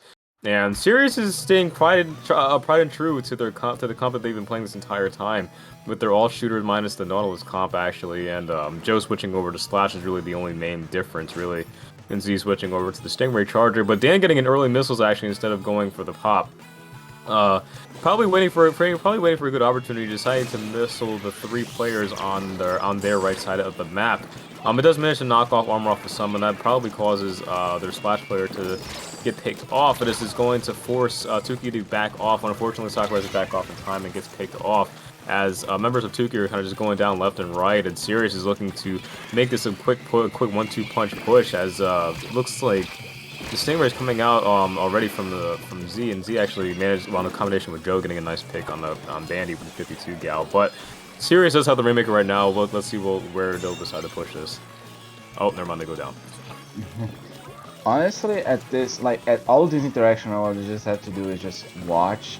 It's very interesting to see that it is true. You do want to have more specials to do picks and such for the game, and then if you manage to use a special and manage to out special your opponent at the end of the day, you have nice predicting the Booyah Bomb, getting 2 people down on the Stingray over there on the left side coming from Z. It's just the Nautilus goes down. It's just a catch shot, it's a wipe. They manage to get closer to the KO. The suction bomb coming from the Nautilus is coming in, but they also get picked. It's just the end up. It's just throwing suction bomb. They manage to go to 1, so the game is gonna go a little bit longer. K-Shot is the only one left alive. Will Sirius be able to take this? We'll take this match in KO, or will be already decided to Tuki? I don't know, man, but they got a knockout now, and with 3 minutes left to go, it's gonna be a pretty grueling game on the side of Sirius, as pretty much Tuki can play this defense for the rest of the game if they want, as really the only pushing. Well, I mean, to be fair, they do have all pushing specials, but Stingray is just extremely powerful on this map. But it looks like Sirius is doing a good job changing their specials. However, it is a 3v3 situation. Bandy fighting Sakura. Sakura does manage to get the trade. That's an incredibly good trade actually, because Junior versus 52 is a really good trade. Unfortunately, Bandy's RNG may have worked against them right there, as Sirius is trying to make this push happening. However, the Stingray and the missile is going to make that 100 times harder to do that right now. Yes, 85 points. Tuki is in such a safe position right here. They literally need to just keep playing neutral, and they might be able to stalling for 2 minutes on Black Lala is not that hard. And not good landing on the Nautilus with the Ninja right here. Gets picked by the Charger, since Tuki was actually managing to be a little bit more aggressive and take more mid, exposing that weak point, and basically just giving another free push for Tuki to go wild. Yeah, it looks like Tuki was able to kind of just halt that really quickly as they take the Rainmaker themselves. But the Nautilus dropping down, and Joe knocking off that armor with the Burst Bomb, getting a nice trade on the Nautilus. Bandy kind of being backed up into a corner, kind of being stuck between a rock and a hard place, as the Stingray just takes them out.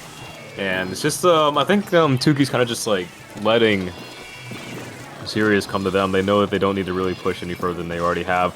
So they're kind of just stalling out here with the Rainmaker with a little less than a minute and a half left. They're kind of just making Sirius come to them and just picking them off as they come along. As Sirius is trying their best to stop the Rainmaker and everything. As they do manage to get a three down with just the K-shot left, but the K-shot's kind of just running back. As you know, we'll see if Sirius does anything different to try to get a successful push going.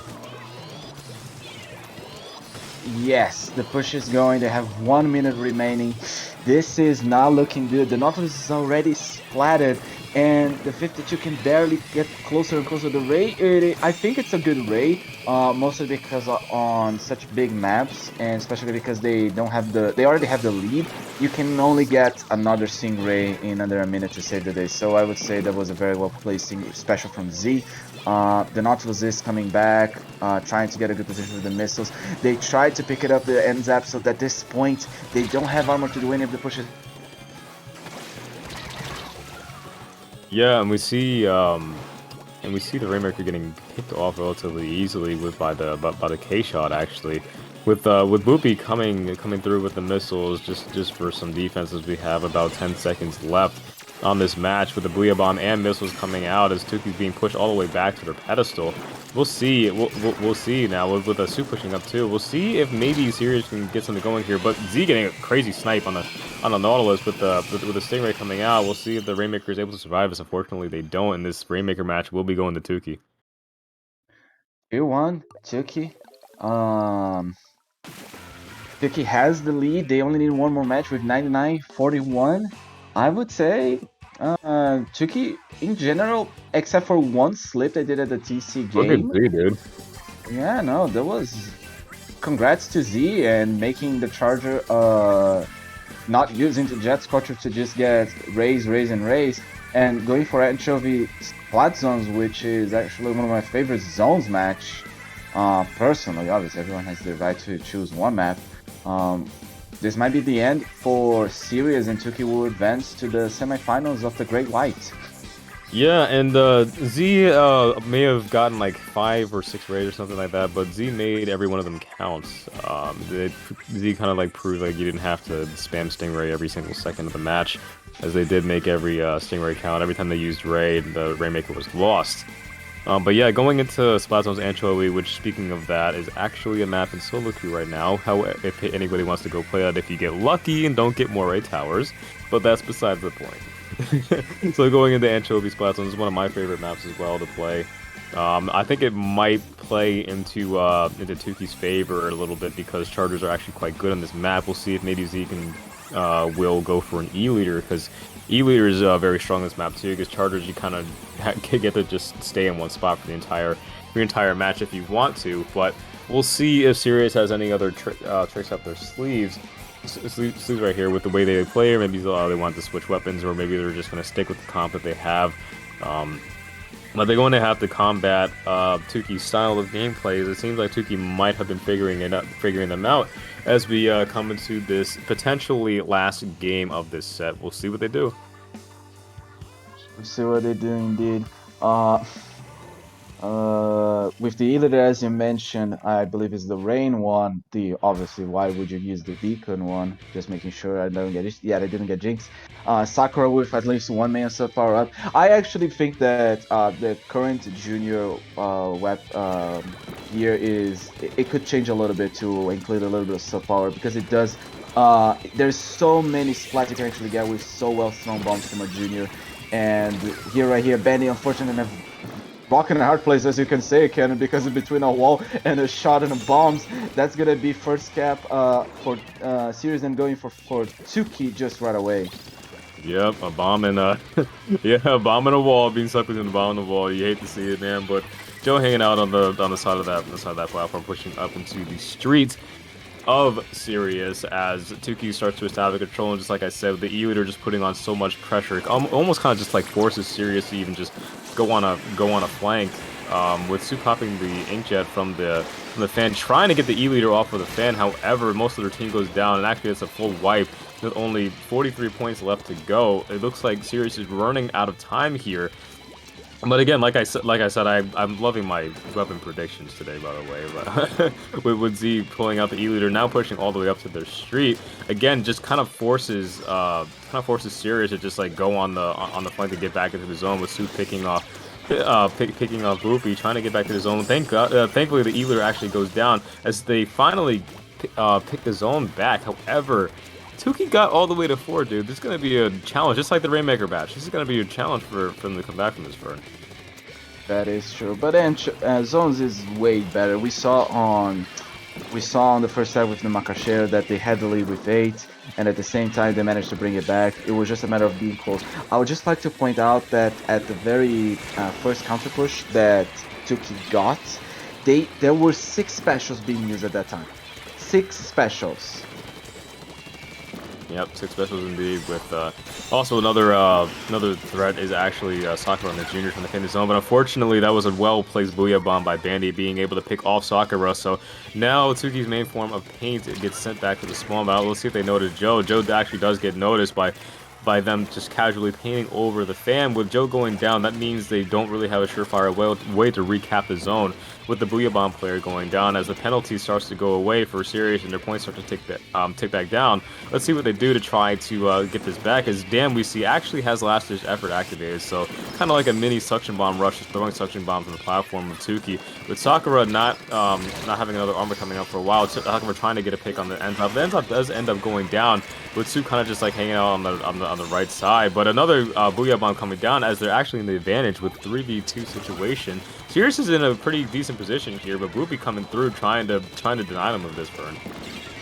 This is so clutch. I'm looking at that neutral zone. It's just been going back and forth to like neutral and then green, and then somehow Tuki managed to apply the penalty. It was so clutch. It was legit so clutch. But with the K shot, the 52, and the junior all like having so much firepower, and the E leader shots managing to cross all the way over to zone, that was helping Tuki so much to get control of the zone. At one point, that zone had to give in and go back to Tuki. Yeah, dude, like, when Soccer went down, that was their chance to keep that zone, because, like I said before, the junior is a huge threat, because the junior can hit the entire zone in a pretty short amount of time, actually. But Sakura coming back from the spawn meant that they were able to recap the zone relatively easily. Su getting a nice pick on Boopy hanging out in the corner, causing Sakura to jump back, as Sirius trying to set up again for another lockout phase. However, they do go too. Sheesh, and Z just, wow, dude. You got a double. What are your thoughts on Z just getting that crazy double right there, man? That was just honestly, here's the thing: with 52 points of penalty in 10 more seconds, the only way Sirius can actually win this match is in overtime, because with less than 1 minute remaining, they have so much control of the zone. They have 4 specials again. They managed to prove to us that they can actually hold the zone at least with 1 round with using this. So at the same time, I don't think that Tuki's gonna give in. And getting the trade, Z trade is with 2-1 remaining. That is GG's, and Tuki advanced to the semifinals. Nice, nice going Z, nice going Tuki. And the chat is spamming Tuki again. I can tell, I can smell it. Yeah, I mean that was a very clutch trade from Z. Actually, I saw Z actually get a partial charge shot on Dan, who was trying to get the pick on them. But with that in mind, this set is going to be going to Tuki 3-1. Fantastic gameplay to both teams over there. Unfortunately, Tuki's team play, as well as their endless supply of just junior paints and 52 killing power, they just were able to take it, man. Yeah, that's true. Like just in general, the entire teamwork and having to deal with those 4 specials was gonna be hard for Sirius. Tuki deserved that win. They played very well in Anchovy, Rainmaker. Sirius played well for Canine Blitz. Getting that W was nice, and now we're gonna be dropping. Oh shit! I almost dropped my fan. My only fan on my side giving me cheers ups. I love you, my fan. But anyway, this is gonna be the end of the stream. We're gonna be swapping for the next group of commentators. We'll see you. Where can we find you, Cannon? Yeah, so we're going to be switching it over to iMad and Sep. They're going to be taking care of you guys for the rest of the night. You guys can find me over on Twitter at CinderAce2K. You already know the best Fire Bunny in the community, you know what I'm saying? Firm, where can they find you, bro? They can find me on Twitter at superfan013. We will see you on the next time. Word. Peace.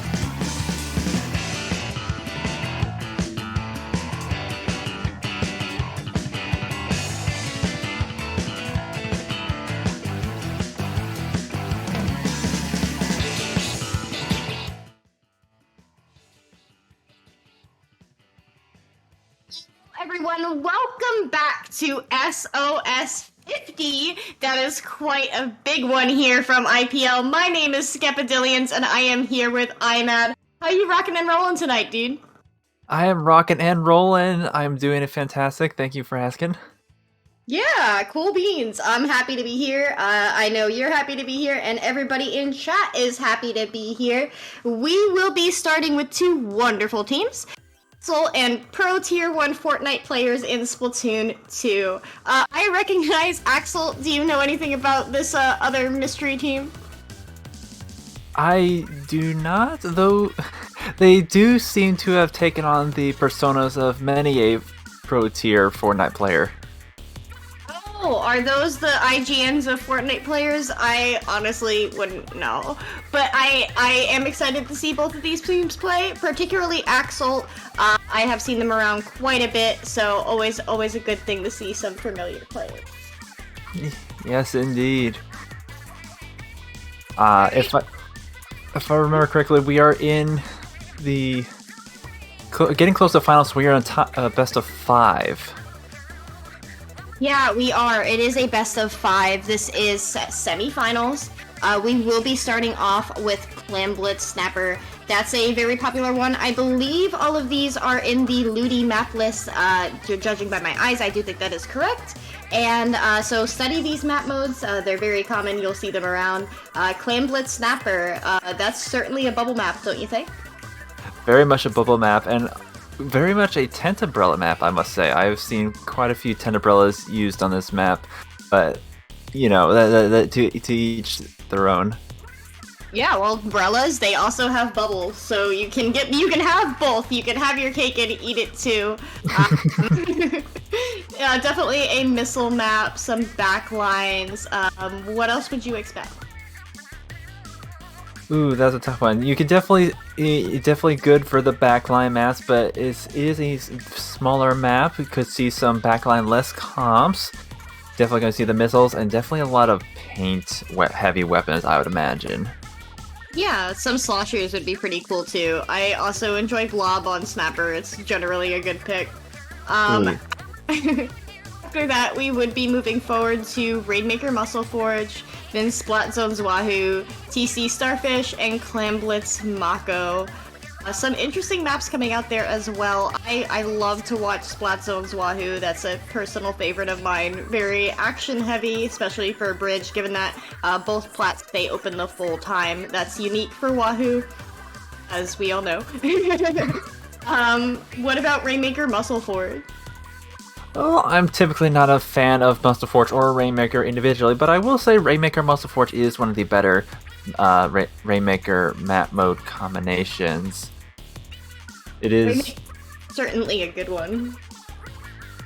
It's a very small map, and you definitely can expect to see a couple of buckets on this one. You got lots of ledges and trenches for them to sneak through. Great, wonderful, and we will be starting off. We have aXolt here in the blue, and our Fortnite compadres in yellow, both sides running an NZAP. We do see a brush coming out from aXolt, as well as a bamboo and slosher, so double missiles on the side of our Fortnite team over here. Ooh, yes indeed, and quite the pick. We have the brush versus the bamboo starting off here with the brush going down.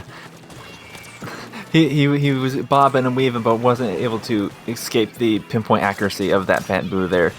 Now we have the bamboos trying to push up, but the slosher is holding their ground and just taking out the soda against the slosher. And we do have Fortnite players holding 26 power clams. That's extremely significant. The brush trying to offer some sort of defense here. We do have the bamboo going down, though, as aXolt pushes up with this baller. And they are, looks like they don't dunk. Fortnite scored instead. However, that is a pity clam in favor of aXolt, so they'll be able to take that and work their way right up. Yes, indeed. Already picking up quite a few clams, including the pig clam. It looks like they have a jump right in. That brush was there for a few seconds before taken down, but they were able to get that pop off.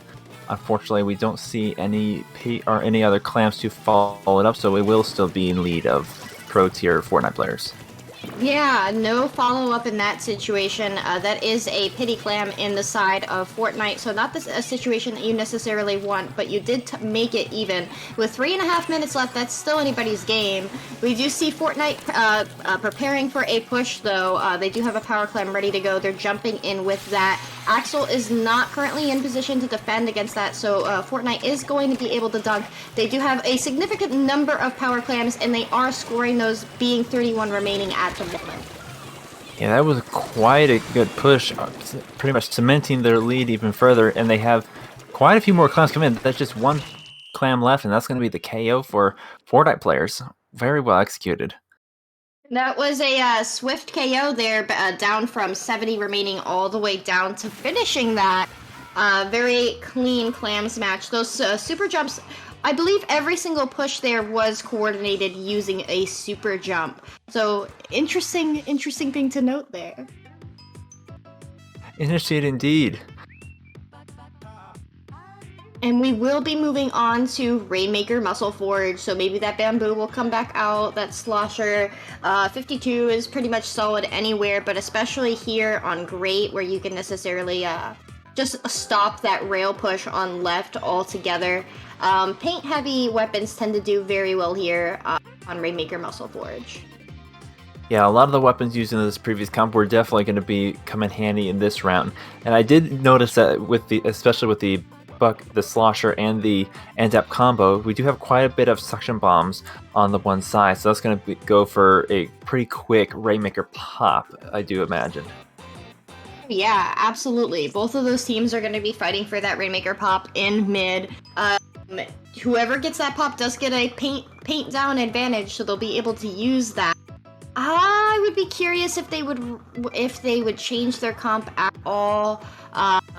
Especially the brush in particular. I don't know. I'm not a brush player, so I could be wrong, but I don't know about brush on Rainmaker Muscle Forge in specific. But hey, they could prove me wrong. Could right now. Do you expect any significant changes from either of these teams? Well, as you said, Brush is a pretty strong weapon for this map, though not necessarily for this mode. Though I do see if he swaps to a more Slayer role, then it could definitely be utilized effectively. But as far as what I've seen, I don't imagine too drastic of a change. Yeah, I wouldn't expect anything major, to be honest. Both teams have pretty solid comps here for this. I am being told that Pro Tier 1 Fortnite players in Splatoon is a Inkling pickup. Is that correct? Are you aware of that? That is news to me. Heard. Glad to know that we're both equally in this loop. So please correct me, chat, if I'm wrong. We shall find out though. But judging by they are playing. I mean, Inkling, they're a very strong team, so they are playing well. So there's at least that. Absolutely. And we are going to be jumping into this Rainmaker on Muscle Forge. Ooh, we do see the Jet Squelcher coming out, as well as a Swiffer. Beyond that, we do see the NZAP and the 52 remaining. But other than that, we have a completely different comp for both sides. Oh yeah. Oh, look at that Squiffer. That's a pick on the side of aXolt. I love some Squiffer. We do see the only source of armor being the try on the side of aXolt. That's fine, given that it is Rainmaker. That Jet is going to get a pick though, make that an assist. Unfortunately, they are going to get taken down, but their teammates are going to clear up. Pro Tier 1 Fortnite players is going to be able to begin their first push, getting another pick on aXolt. They're going up for that left side. That's some quick points, getting it down to 20. They might be able to KO here if they can get the picks to secure it. That Rainmaker is doing an excellent job of staying alive. Oh, and there's the dunk! So close! They are going to get picked though. That was quite unexpected going up the left rail. We did see the one teammate getting ready to provide the trail up that right side. Usually the preferred route for this map, but they definitely were not expecting the left route and were able to get up to 1 and almost to the KO. However, they were able to hold the defense and they have another chance of bringing this match back. Yeah, aXolt getting that Rainmaker in mid. The 52 is the only one up, so they're going to take the choice to back out. Pro Tier 1 Fortnite players has 3 specials online. The NZAP has popped armor and the Jet is popping Ray, so that's going to provide a lot of pressure for them to be able to work up. The Rainmaker doing a good job of just staying back, letting their Slayers do the work for them, because there's so much paint down already, but that Booyah Bomb is going to take them out for it. That Booyah Bomb was very much on point, able to take out the Rainmaker, but not long before they were taken down themselves, and that's going to be 2 down for the side of aXolt. But they are able to hold the line with their chicken rush here, taking down 2 members of Fortnite players as well, so it is a bit of a stalemate as they pick up the Rainmaker once again. Yeah, working up that right side, but 2 are down on the side of the Fortnite team. aXolt is in position to grab the Rainmaker, but they don't want to. They want to paint up mid. It looks like there's 1 member on Great. Sunshine here is going to take the opportunity to push them. It is that Jet, so the Jet, it just has their work cut out for him, being called out like that. 1 member is down on the side of Fortnite. It's a 3-3 situation in charge of the Rainmaker. Both teams are trying for it, and there's 2 down on each side. Yeah, it's a bit of a... Ooh, that's going to be almost a delayed wipe with the Jet now respawning, so it looks like aXolt is going to be able to put some points on the board now. Booyah is popping out to provide some pressure, and the 52 is just holding down their plat here. It looks like they're going to be taking up that right side, but will be taken down by the Stingray. Yeah, but there are 2 members of aXolt in position to be able to continue this push, or at least provide jumps. They are fighting for it, though. They haven't backed out quite yet. 1 member is going to go down, being the Tri-Slasher. The Squiffer is going to pick it up. They are going up and over. Oh my, have you ever seen that before? I haven't. Whoa!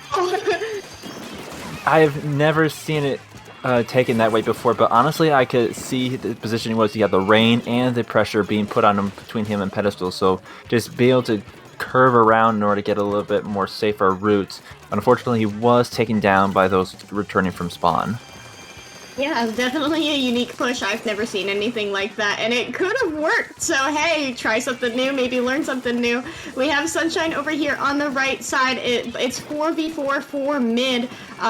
Whale is trying to get somebody, but the 52 is going to put up a lot of pressure, and they're going to have to jump out. That 52 has complete control of their snipe, so Fortnite players can't access that. The Booyah Bomb coming out from aXolt as it looks like they're beginning it to perform another push. They might be able to go for this here. Yeah, that was an excellent jump out by the Jet Squad. You're able to hold on to that Ray and able to have it ready for defense here. But it looks like they're going to, just barely able to get to the pedestal before they're taken out. Still, that is 4 down on the side of aXolt, and that may be the end of that push there. Very close.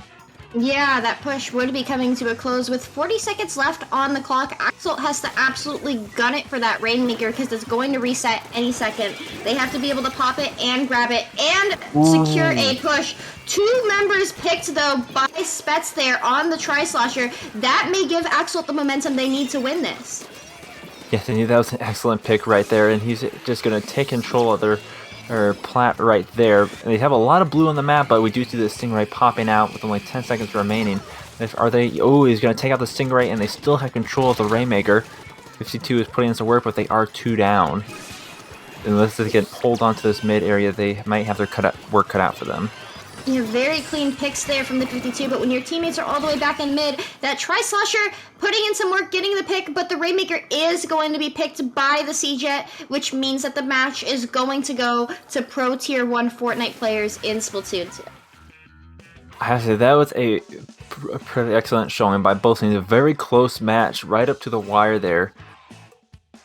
Yeah, very close, and some very clean pushes there. I did not expect aXolt to take that final path that they did behind the pedestal on top right. That was certainly unexpected. And the 52 there from aXolt working their all the way up to spawn to pick that Ray was certainly extremely impressive. I've never seen anything like that. So these are some spicy matches.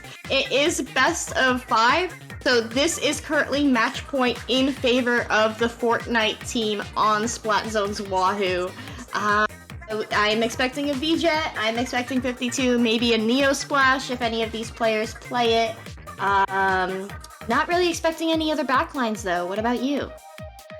Yeah, judging from what we've seen here, we probably will not be seeing another backline on this map, especially since it is zones. But even though I am disappointed that this may be match point, but I am happy that it is going to be ending on a Splat Zones Wahoo. Possibly, we could be just see a reverse sweep here and then have our words taken away. Yeah, aXolt's backs are against the wall. They do want to win this. This is SOS 50. That's a big one to put in your Twitter bio. So they're gonna have to win Splat Zone's Mako in order to get there, though. Putting everything into it. Paint. That's very necessary for Splat Zone's Wahoo. That's the name of the game there. You want to be able to get control of your opponent's plat. There's a lot of ways to do that. You can do that with a bomb rush, with a Booyah Bomb, with a good fire fin. What are you expecting to see? I would imagine the bamboo is going to be coming back out. Missiles it is a very open map, so missiles will be pretty handy. And just the range and the accuracy of the bamboo is pretty deadly on this map, I must say. Yeah, I could definitely see the bamboo coming back out. That would be a good choice. The Squiffer could fill a similar role, but not the same. I do expect to see a 52, let's be real. And the match is starting, so we shall have our answers shortly. I would be disappointed if we did not see a 52. Ooh, double 96. Ooh. Well, And no 52, okay. Let's go! Peak Splatoon right here, everyone. We got double 96, a K-Machine, and a Fire Fin against a remix, K-Shot, Tetras, and Permabrush. Oh man, those are 2 comps for sure. 2 comps. We were out here expecting no backline. We have I would say two of my favorite backliners in the game. I am super excited to see what's going to happen in this match. Yeah, and that 96 schmoovin' with the sprinkler there, using that to get a kill. That brush is going to be picked. I believe this. Who is blue here? Is this aXolt? Yeah, aXolt would be purple, and then we have Fortnite players on green. Okay, yeah, Fortnite players, they do have control of aXolt's plat there. A very good job. They do have 2 specials online, so they're going to be able to shut down that plat. We have a Booyah Bomb coming in from aXolt. aXolt has 4 players up in there, 2, 3, 4 members down on the side of the Fortnite team, which means that aXolt now has an opportunity to get as much paint down as squidly possible. That is the name of the game. We do have Frank over there trying to get underneath their drop so that way they can try and camp somebody as they come in. That 96 is going to pop armor. Both teams are fighting in, but the Fortnite team has to fight for their core and their plat in order to be even able to aggress zone. With 2 members down, though, on the side of aXolt, they may be able to do just that. We have about 10 seconds until aXolt takes the lead. That brush was definitely up in their business, able to help take down the team. But we do see 4v4 and is in contention of the zone, not before they were able to get the lead, and we still see 2 members of aXolt going down once again. That was that was down to the wire right there. Absolutely, very down to the wire. Both of these teams are extremely even with 40 and 41. 4v4, but aXolt has 2 specials online, one of those being armor and the other being missiles. We'll ignore the splashdown from the Tetras for a hot moment, but Fortnite players are going to be able to clear their penalty, which means that they're going to be able to start securing points. So it comes in and says, nah, it's time for another penalty, and one of the 96s is down, so they just need to get control of the plat. The Tetris putting in some serious work in court there, trying to pressure their opponents back, but with 1 member down, they're holding solid.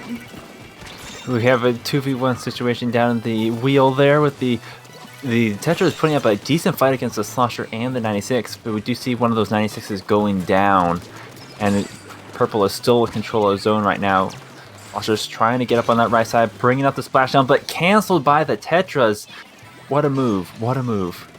Yeah, I'm sure the Tetras have been the subject of many splashdown cancels in their career. aXolt has 3 members online with 2 members coming out of spawn on the side of Fortnite. They're going to be able to secure a lead here. They also have everybody in ready to go. Remix with the Booyah Bomb, that's going to be extremely helpful in preventing Pro Tier 1 Fortnite players from capping. We do see that Booyah being popped. The Remix, they're getting on top of wall. Pro Tier 1 Fortnite players is going to be able to cap, but that is not the end of this game. Not at all. We still have a minute and a half left with very close contention between the 2 teams, and that Remix really pushed up and putting some pressure on the enemy backline. Yeah, they are. That they have 2 down, which is going to give aXolt a little bit of an edge here. We have the splashdown coming out, hopefully to cap that zone, because they have chewed through their penalty and will be close to getting the lead back. Ooh, but we see three down for the side of aXolt, and green is still in control of the zone. This is going to be a tough one to come back from.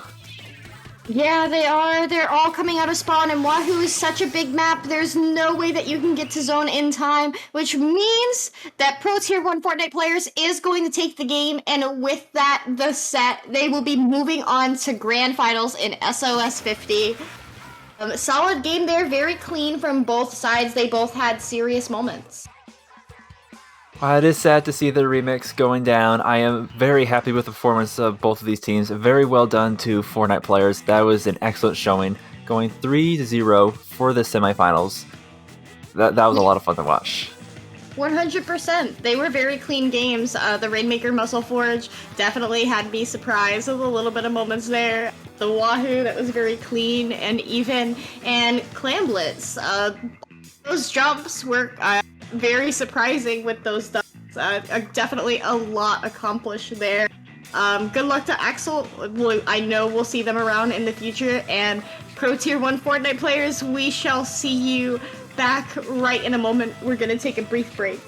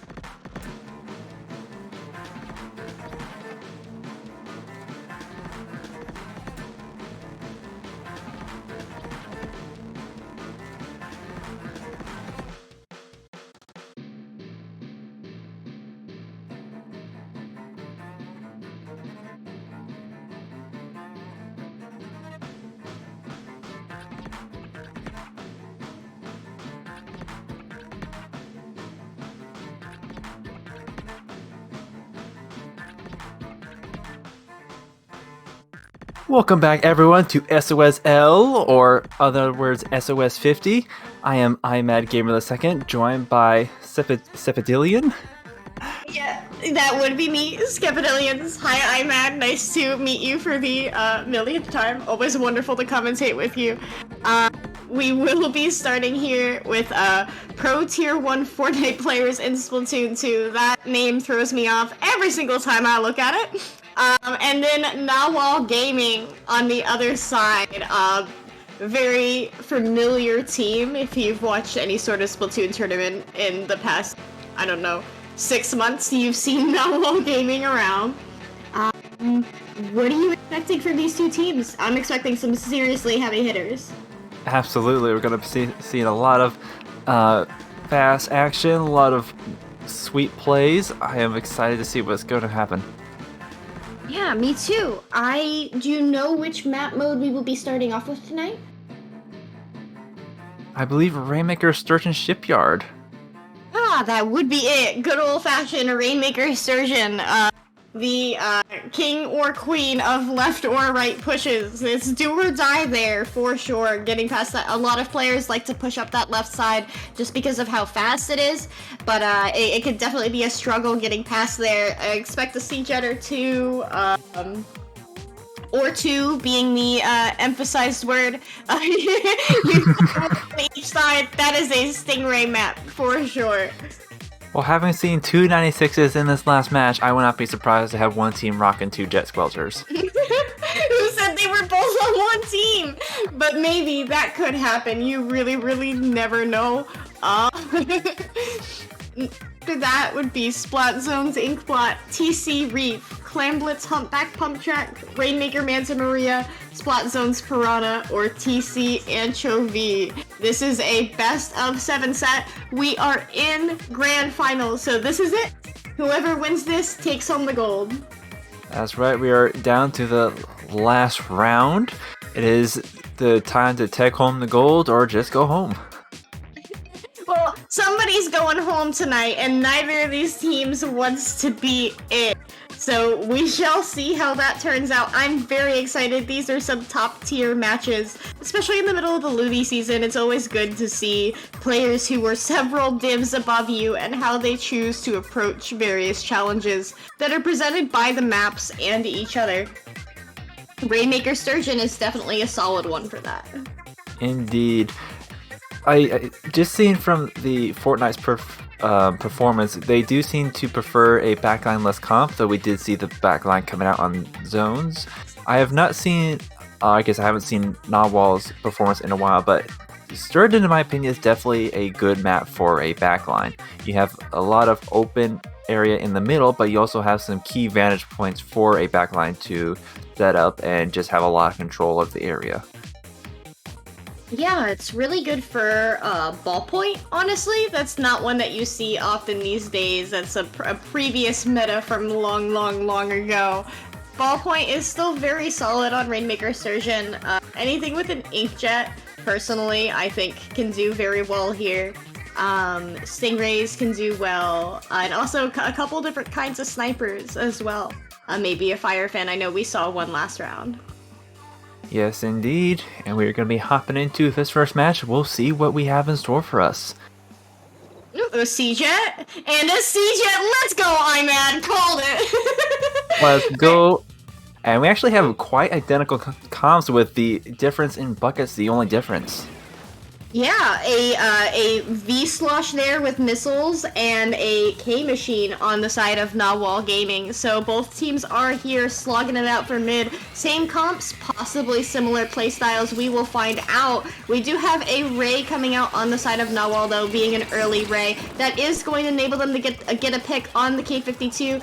So Pro Tier 1 Fortnite players is going to fall back. Nawal is preparing for a push, possibly as soon as their 52 respawns, but their zap is going to go down, but they are going to help get a pick on that slosh. Yeah, that was quite the array of specials so early in the game. Yeah, for sure. 3 members down, though, on the side of Nawal. Is Pro Tier 1 Fortnite players, they're taking this top left for that cheeky little left push. We do see the 52 in action though with the wall shielding that Rainmaker, but you can't shield from a Ray, you just gotta move. They are going to go down though with 49 points remaining. That is certainly a very, very, very beatable lead on Rainmaker Surgeon, especially when you're 3 down and your opponents are going to have clear access to mid. They are pushing up that left side. The NZAP and the 52 are in position to assist Rainmaker. The Zap though is going to try and fight it, but they are going to go down. Not before they fell off the map though. We do see that that Pro Tier 1 Fortnite players, they are trying to flush out that K-Slosh. They do successfully as they prepare for another push. Are they going left? Are they going sponge? We shall find out. It does look like they're preparing to go sponge though.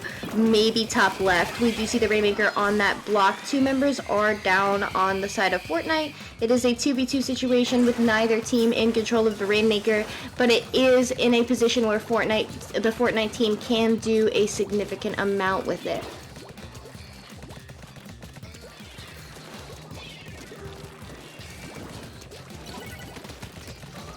Alright, one member down on each side, make that 2 on the side of Nawal. So Fortnite is going to be able to push up. They might go top left, but it looks like they are shifting right, judging by where that slosh is all the way over on Slit. All the members of Nawal are coming out of spawn, so they'll be able to possibly pick the Rainmaker here underneath window, but that slosh says, sorry bruh, not today. They are going to go down though, with one member standing from Fortnite being the Jet, and they are picked, so that is a delayed wipe in favor of Nawal. Eyes in there, taking control of rotate. We have Nawal very spread out, good positions to be able to gain access to mid. Ooh, I don't know if you guys saw that. I did. We do see Snacky over there sharking, waiting for a good moment to get the drop on Nawal. They are ready to go, and that's a 52, so they'll be able to put up a wall and stall while their teammates come around and pin them. Nawal has all 4 specials online. That means that when they do choose to go, they are going to go heavy. The 52 tries to get the pick on the K-Machine, but the K-Machine is going to use their splashdown in order to stall that out for just a moment. Everybody on the side of Nawal now knows that that 52 is in their court. The K-Machine is down, but Nawal is going to follow up with their own 52 and get the pick there as a Ray comes out from the Fortnite team. Nawal needs to get one push in here, and a good one, in order to be able to pull lead here. 49 is very beatable if they want to be able to pull this off. Fortnite team does have control of mid currently though, with all 4 members up and armor online.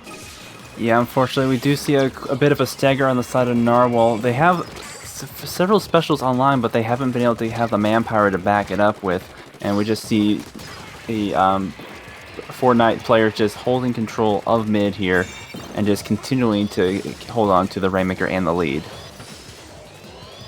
Are preparing for yet another push with 30 seconds remaining. That K-Machine being down. They don't need to push this too hard. They don't want to push it in a situation where Nawal can just pick it and run with it. They want to be able to keep that Rainmaker safe while keeping it out of mid. The Rainmaker is going to go down, and 2 people are down on the side of the Fortnite team, which means Nawal needs to pop and go.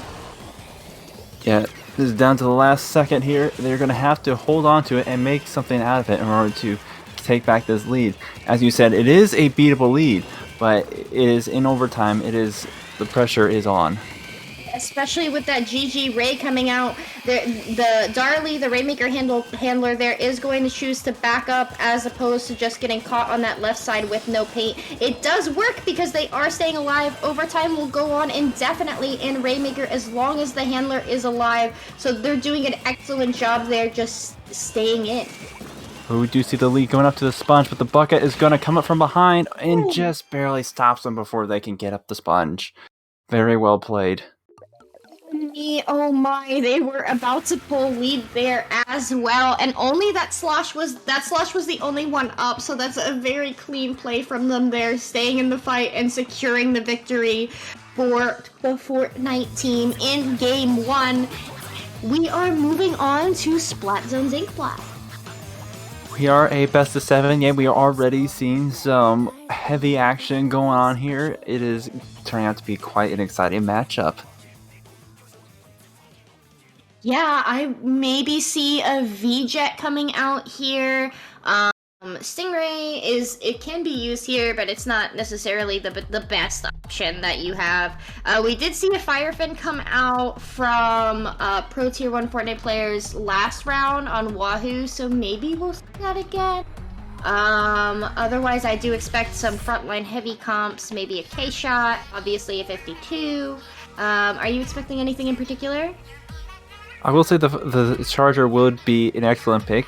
However, because of the unique, or I guess not necessarily unique, but the layout of this map, definitely having those frontliners being able to really push up against that wall, and especially if you can bring out a slosher, you really put on some pressure when you're on the defense side. Yeah, a slosher. I don't know why I didn't think of that. Sloshers do very well on Zone's Inkblot. I feel like I see one almost every time this is in rotation. I mean, multiple times a rotation, multiple times a scrim. Sloshers, the V-Slosh is a good one, and we saw it last match, so probably going to see that again. Yes, indeed. And we have seen that we pretty much had an exact mirror of the comms, so I am curious to see whether they're going to change it up or if we're going to see something completely new. We do see that Slosh and an E-Leader coming out on the side of the Fortnite team. That is the Storm E-Leader, if I recall correctly. They are running OBS for that armor shredding damage. And on the other side, we do see a K-Shot, a Crapid 52, and Enzap. Very solid comps from both sides. Indeed. We do see pretty similar comps once again. However, we do have two different missile weapons with the Slosher and the K-Shot, and then we have the K-Rapid versus the E-Leader. Yeah, and Nawal Gaming is the first in control of the zone. They are holding that, keeping the members of the Fortnite team out. You can see how pushed back they are onto their plat. We do see one of them on top of tree, though. They are trying to get some paint down onto their drop as that storm is coming out, but the members of Nawal Gaming are completely surrounding the zone. They are not grouped up, so you're going to need to pick one of them, and then you're going to need to pick all of them. As Chomper pushes up with the baller to try and stop some members of the Fortnite team from pushing up, stalling just a little bit while their team gets some more points. Indeed, that was an excellent stall right there. It used the baller to survive long enough in order to get their attention, and then able to just hold them in that corner while the zone just ticked down. We do see 2v2 at the moment with the zone halfway on each side, but it will be going into the favor of Fortnite players. Yeah, the Fortnite team scoring some penalty points. Two members of their team going down, though, as Nawal is in position to make that a wipe in favor of Nawal. So this is now their zone to control. They also have armor online. They didn't use it for that last push. So that's something that they'll be able to use when the Fortnite team re-engages. We do see a couple of them over on Snipe. That Blaster Chomper there, pushing their opponents back. It looks like someone's behind them, though. Am I correct? I do believe so. We do see the Blaster over in the corner there, but they probably got pushed out and were spotted there. I don't see them any longer. We have a duel up on the top area with the 3 down for the side of Nawal, and is going to be going back to the side of Fortnite. Yeah, and look at that zap, how much they're painting up. They are trying to get armor as quickly as possible. Their Slosh does have missiles online, and the Fortnite team has cleared their penalty points, so these points are theirs to keep. We have Nawal split out, though, in a 2v2 formation, so that way they can try and get a pin here, but it's not going to quite work out for them as a member in each side of that formation is down. Snacky there, pushing up with that K52, getting a very clean pick on it. They are 2 members down on each side, though, so Nawal has a chance here to push zone. Yeah, this E-Leader here is doing exactly what you want an E-Leader to do, just holding down that middle area. It's able to reach pretty much anywhere on the map, and just a severe presence, keeping the Narwhal from getting back in. And we are down to the last 10 seconds of zone, with 2 members of Narwhal going down, and that is game for the side of Fortnite. Yeah, that is game 2 in favor of Fortnite. That was I honestly I very strongly expected Nawal to win that just because of how they played their opening, and they were very clearly communicating the way that they were split up around the zone, the way they tried to re-engage after getting wiped. Congrats to Fortnite for winning that. Definitely looking forward to what we'll see on TC Reef. Yes, indeed. TC Reef is interesting. I don't think I've seen much of this map mode combination. I know Reef is a pretty solid map with tower control on it going to be a bit of a zigzag, so a very condensed route. So a bit of a gauntlet to get through to those checkpoints. Yeah, and what's so unique about TC Reef in particular is that first checkpoint is further away from your opponent's spawn than where the tower starts. So that first checkpoint, if you have control of tree, that is so secure. They have to either get through alley or throw a special at you or push all the way through tree in order to get at tower. So that first one, I do expect that one to fall like dominoes. But the ones after that, that's where the fight is going to be on both sides. Oh, absolutely. It's going to be one of those situations where you're going to want to swap your backline off the towers, especially for that second checkpoint. It's going to be so easy for one of their frontliners to just drop from above or throw a bomb. Yeah, and having control of bridge, as you mentioned, is so important. Especially if you're running a backline, that's where you want them to be. Let your support player ride the tower. Absolutely. It looks like both teams are readying up. So we will be seeing the match start in just a moment. Okay, so we've seen the E-Leader, we've seen a Firefin, we've seen a Jet Squelcher. I expect a backline on the side of the Fortnite team. Yeah, it is. Reef is a very strong backline map. As you said, holding down that middle bridge is going to be crucial. And tower control is going to be guaranteed. But we do see the Jet Squelcher coming out with that Stingray, and once again, no backline for the side of Narwhal. Yeah, and that C-Jet running a lot of special charge up, so that is a Ray spam C-Jet. We do see Mochi there using a super jump to keep themselves alive past that Ray. Very interesting move there. Bucha getting access to the tower. The Blaster is currently the one riding the tower on the side of Nawal, and they do get a pick with 2 specials online. Make that 3 members down on the side of Pro Tier 1 Fortnite players in Splatoon 2. They are continuing to fall, which means that this is Nawal's tower to push. That first checkpoint did fall very quickly, but now they have the other 2 to worry about. As you said, it was a cake to take back, but we do see that Blaster holding that left side, so it's going to be difficult for them to get in to stop that checkpoint, and they are going to be taking that. Yeah, Nawal wants to win this one. They need to win this one. This is a best of 7 set, and they are 2 down. So winning this is extremely important because they want to take this W. It's SOS 50. They are doing so very strongly. Having 2 members down on each side. Darley staying alive there is unfortunately going to get picked by that C-Jet Whale. They still have control of Bright Tree though, so keeping the Fortnite team out of there is critical when they want to begin another push. But it does look like that is going to fall because the Fortnite players have 3 specials online and they are ready to go, ready to start their counter push. Due to that Stingray popping out with Booyah still remaining. Oh, you see the Booyah coming out. They're going to be going for that first checkpoint. They have decent control of that tree, so it looks like it's going to be a free checkpoint for them, but we do see the 52 just paying up on that side, ready to pop their own Booyah to defend the second checkpoint. Yeah, that first checkpoint did fall very quickly. This is feeling very familiar. Nawal certainly knows what's up. They need to get that tower, but Benji over there is preventing them from dropping into alley, which is a very important place in order to be able to push that tower. Pro Tier 1 Fortnite players currently has control of that tree though, so they're going to keep pushing this as they get closer and closer to that 3rd checkpoint. I would like to note, Nawal cleared all 3 checkpoints. All they had left was the KO. The Fortnite team still has 1 more checkpoint to clear in order to be able to take this W. They're inching closer and closer to that checkpoint, but as you said, that they still have to clear the checkpoint before they can get the lead. So as long as Nawal can hold out here, they do have a chance of taking back this match. She did a very good job there dodging the missiles, absolutely like just swimming around everything.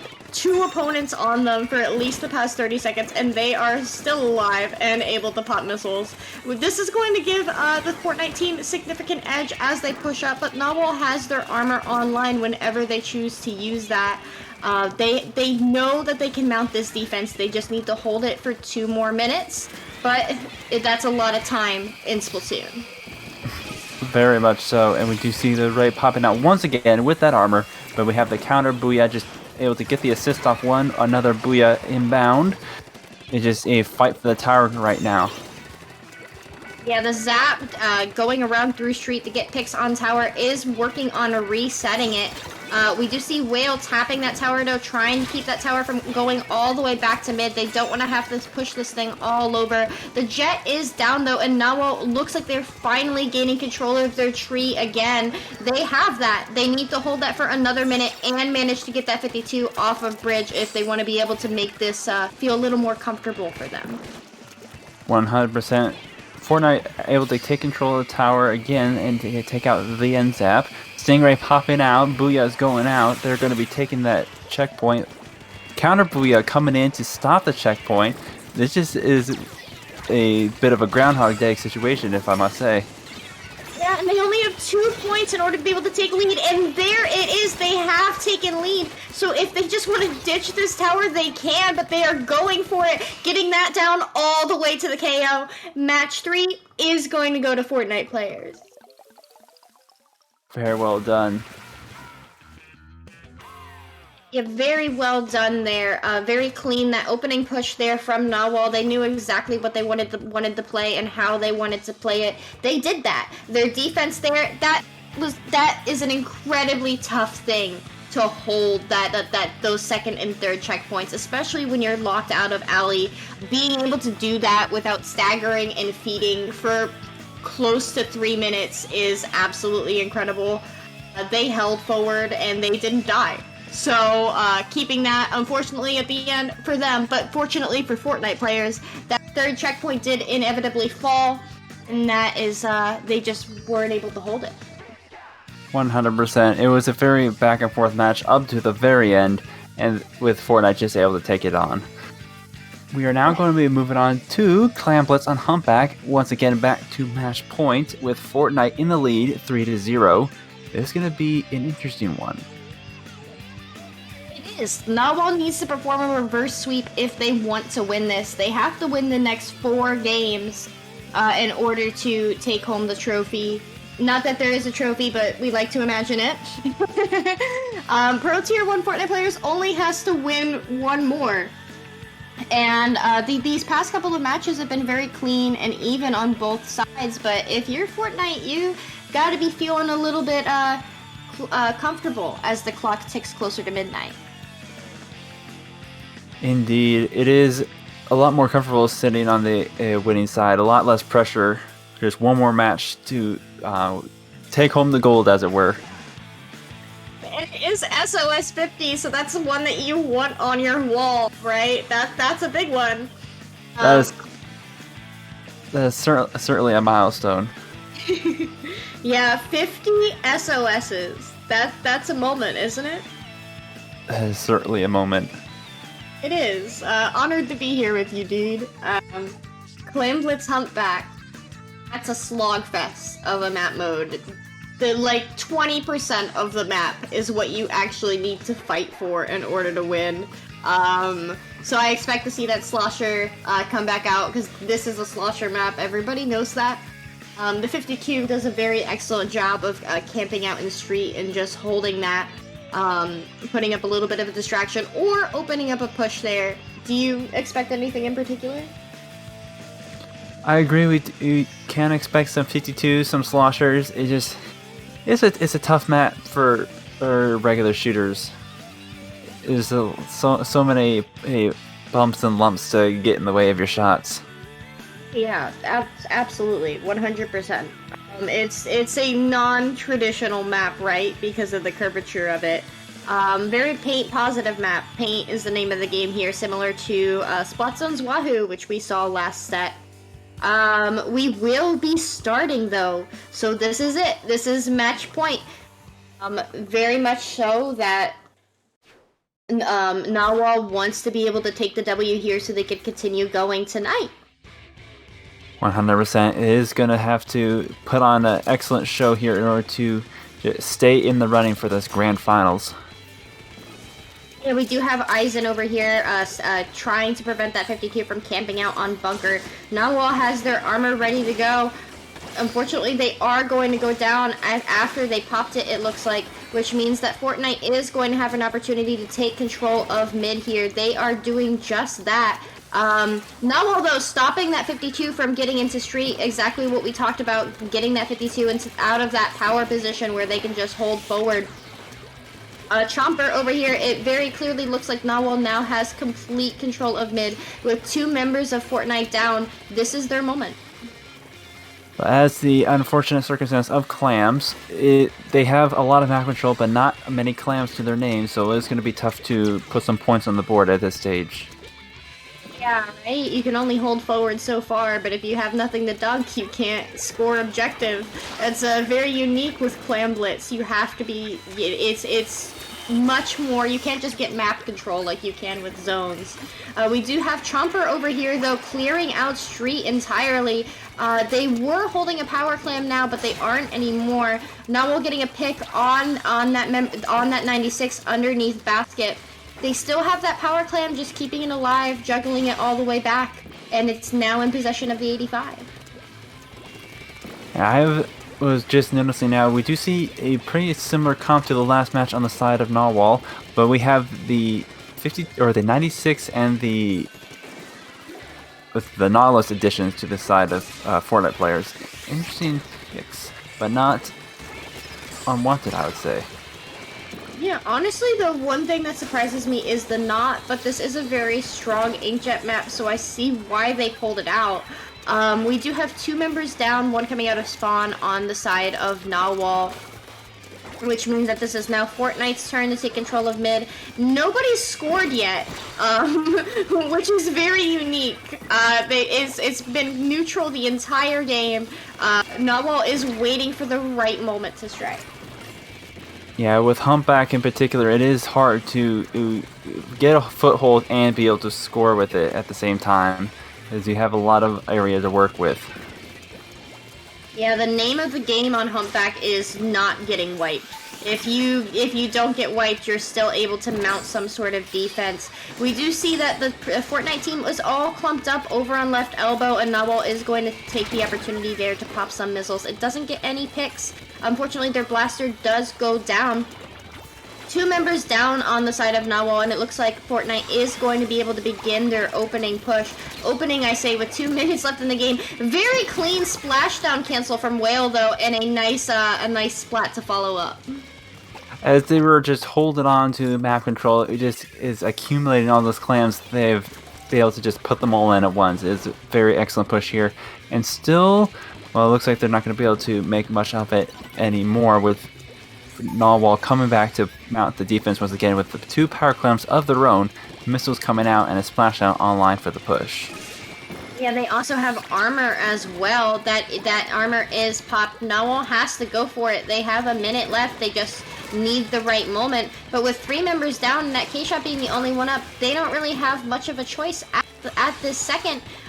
Make that a delayed wipe on the side of Nawal, which means that the Fortnite team is going to dunk once again. Whether or not they want the points, it doesn't really matter. They just know that they can keep that basket open.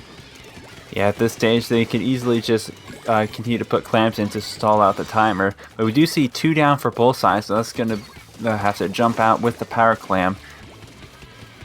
Yeah, and they jump to a teammate, not out. So keeping that power clam in the action, that's very important. With 44 seconds remaining, you want all of your clams in one basket, as they would say. Indeed, but we do see the Nautilus and a 96 go down to that 3 down for the side of Fortnite, and looks like Nawal's going to be able to put some points on the board of their own. Yeah, and they have 3 specials online as well, juggling those clams to each other very smartly. They could pull lead here, 150%. They absolutely can. They just need to get clams where they need to be, which is in the basket, but the basket is going to close, which means that they now have to scour the whole map for enough clams to be able to put this into overtime. They do have 12, so maybe they'll be tossing them to each other. Oh, they have a power clam! They have a power clam. They are going into overtime with one member down on the side of Fortnite, one member down on Nawal as well. They might be able to make something out of this, but they don't have a lot of time. They have to go for it, but they have to go for it safely and smart. Yeah, they are slowly running out of time, but they're able to pop it. They just need 1, 2, 3 more clamps in the basket, but they are 3 down with only and that is going to be a delayed wipe right there. Yeah, it is, and that match is going to go in favor of Pro Tier 1 Fortnite players in Splatoon 2. That is match 4. So the set and grand finals is going to go to Fortnite players. Congratulations for winning SOS 50. I was very sure Nawal could have pulled the lead there. It was very close. They put up a fight to the very end. It was definitely not a steamroll by any means. No, certainly not. All of these matches were very close matches. Rainmaker Sturgeon was to the end. Zone's Inkblot looked like it was going to go in favor of Nawal for the hottest moment. The tower control, very good opening push from Nawal. Fortnite players clutched up at the end there, cleared that final checkpoint, and Clam Blitz getting that push in there in overtime. That was far from a steamroll. Very even teams here. It was a wonderful thing to see both of them play and pop off. Congratulations once again to Pro Tier 1 Fortnite players in Splatoon 2 for winning SOS 50.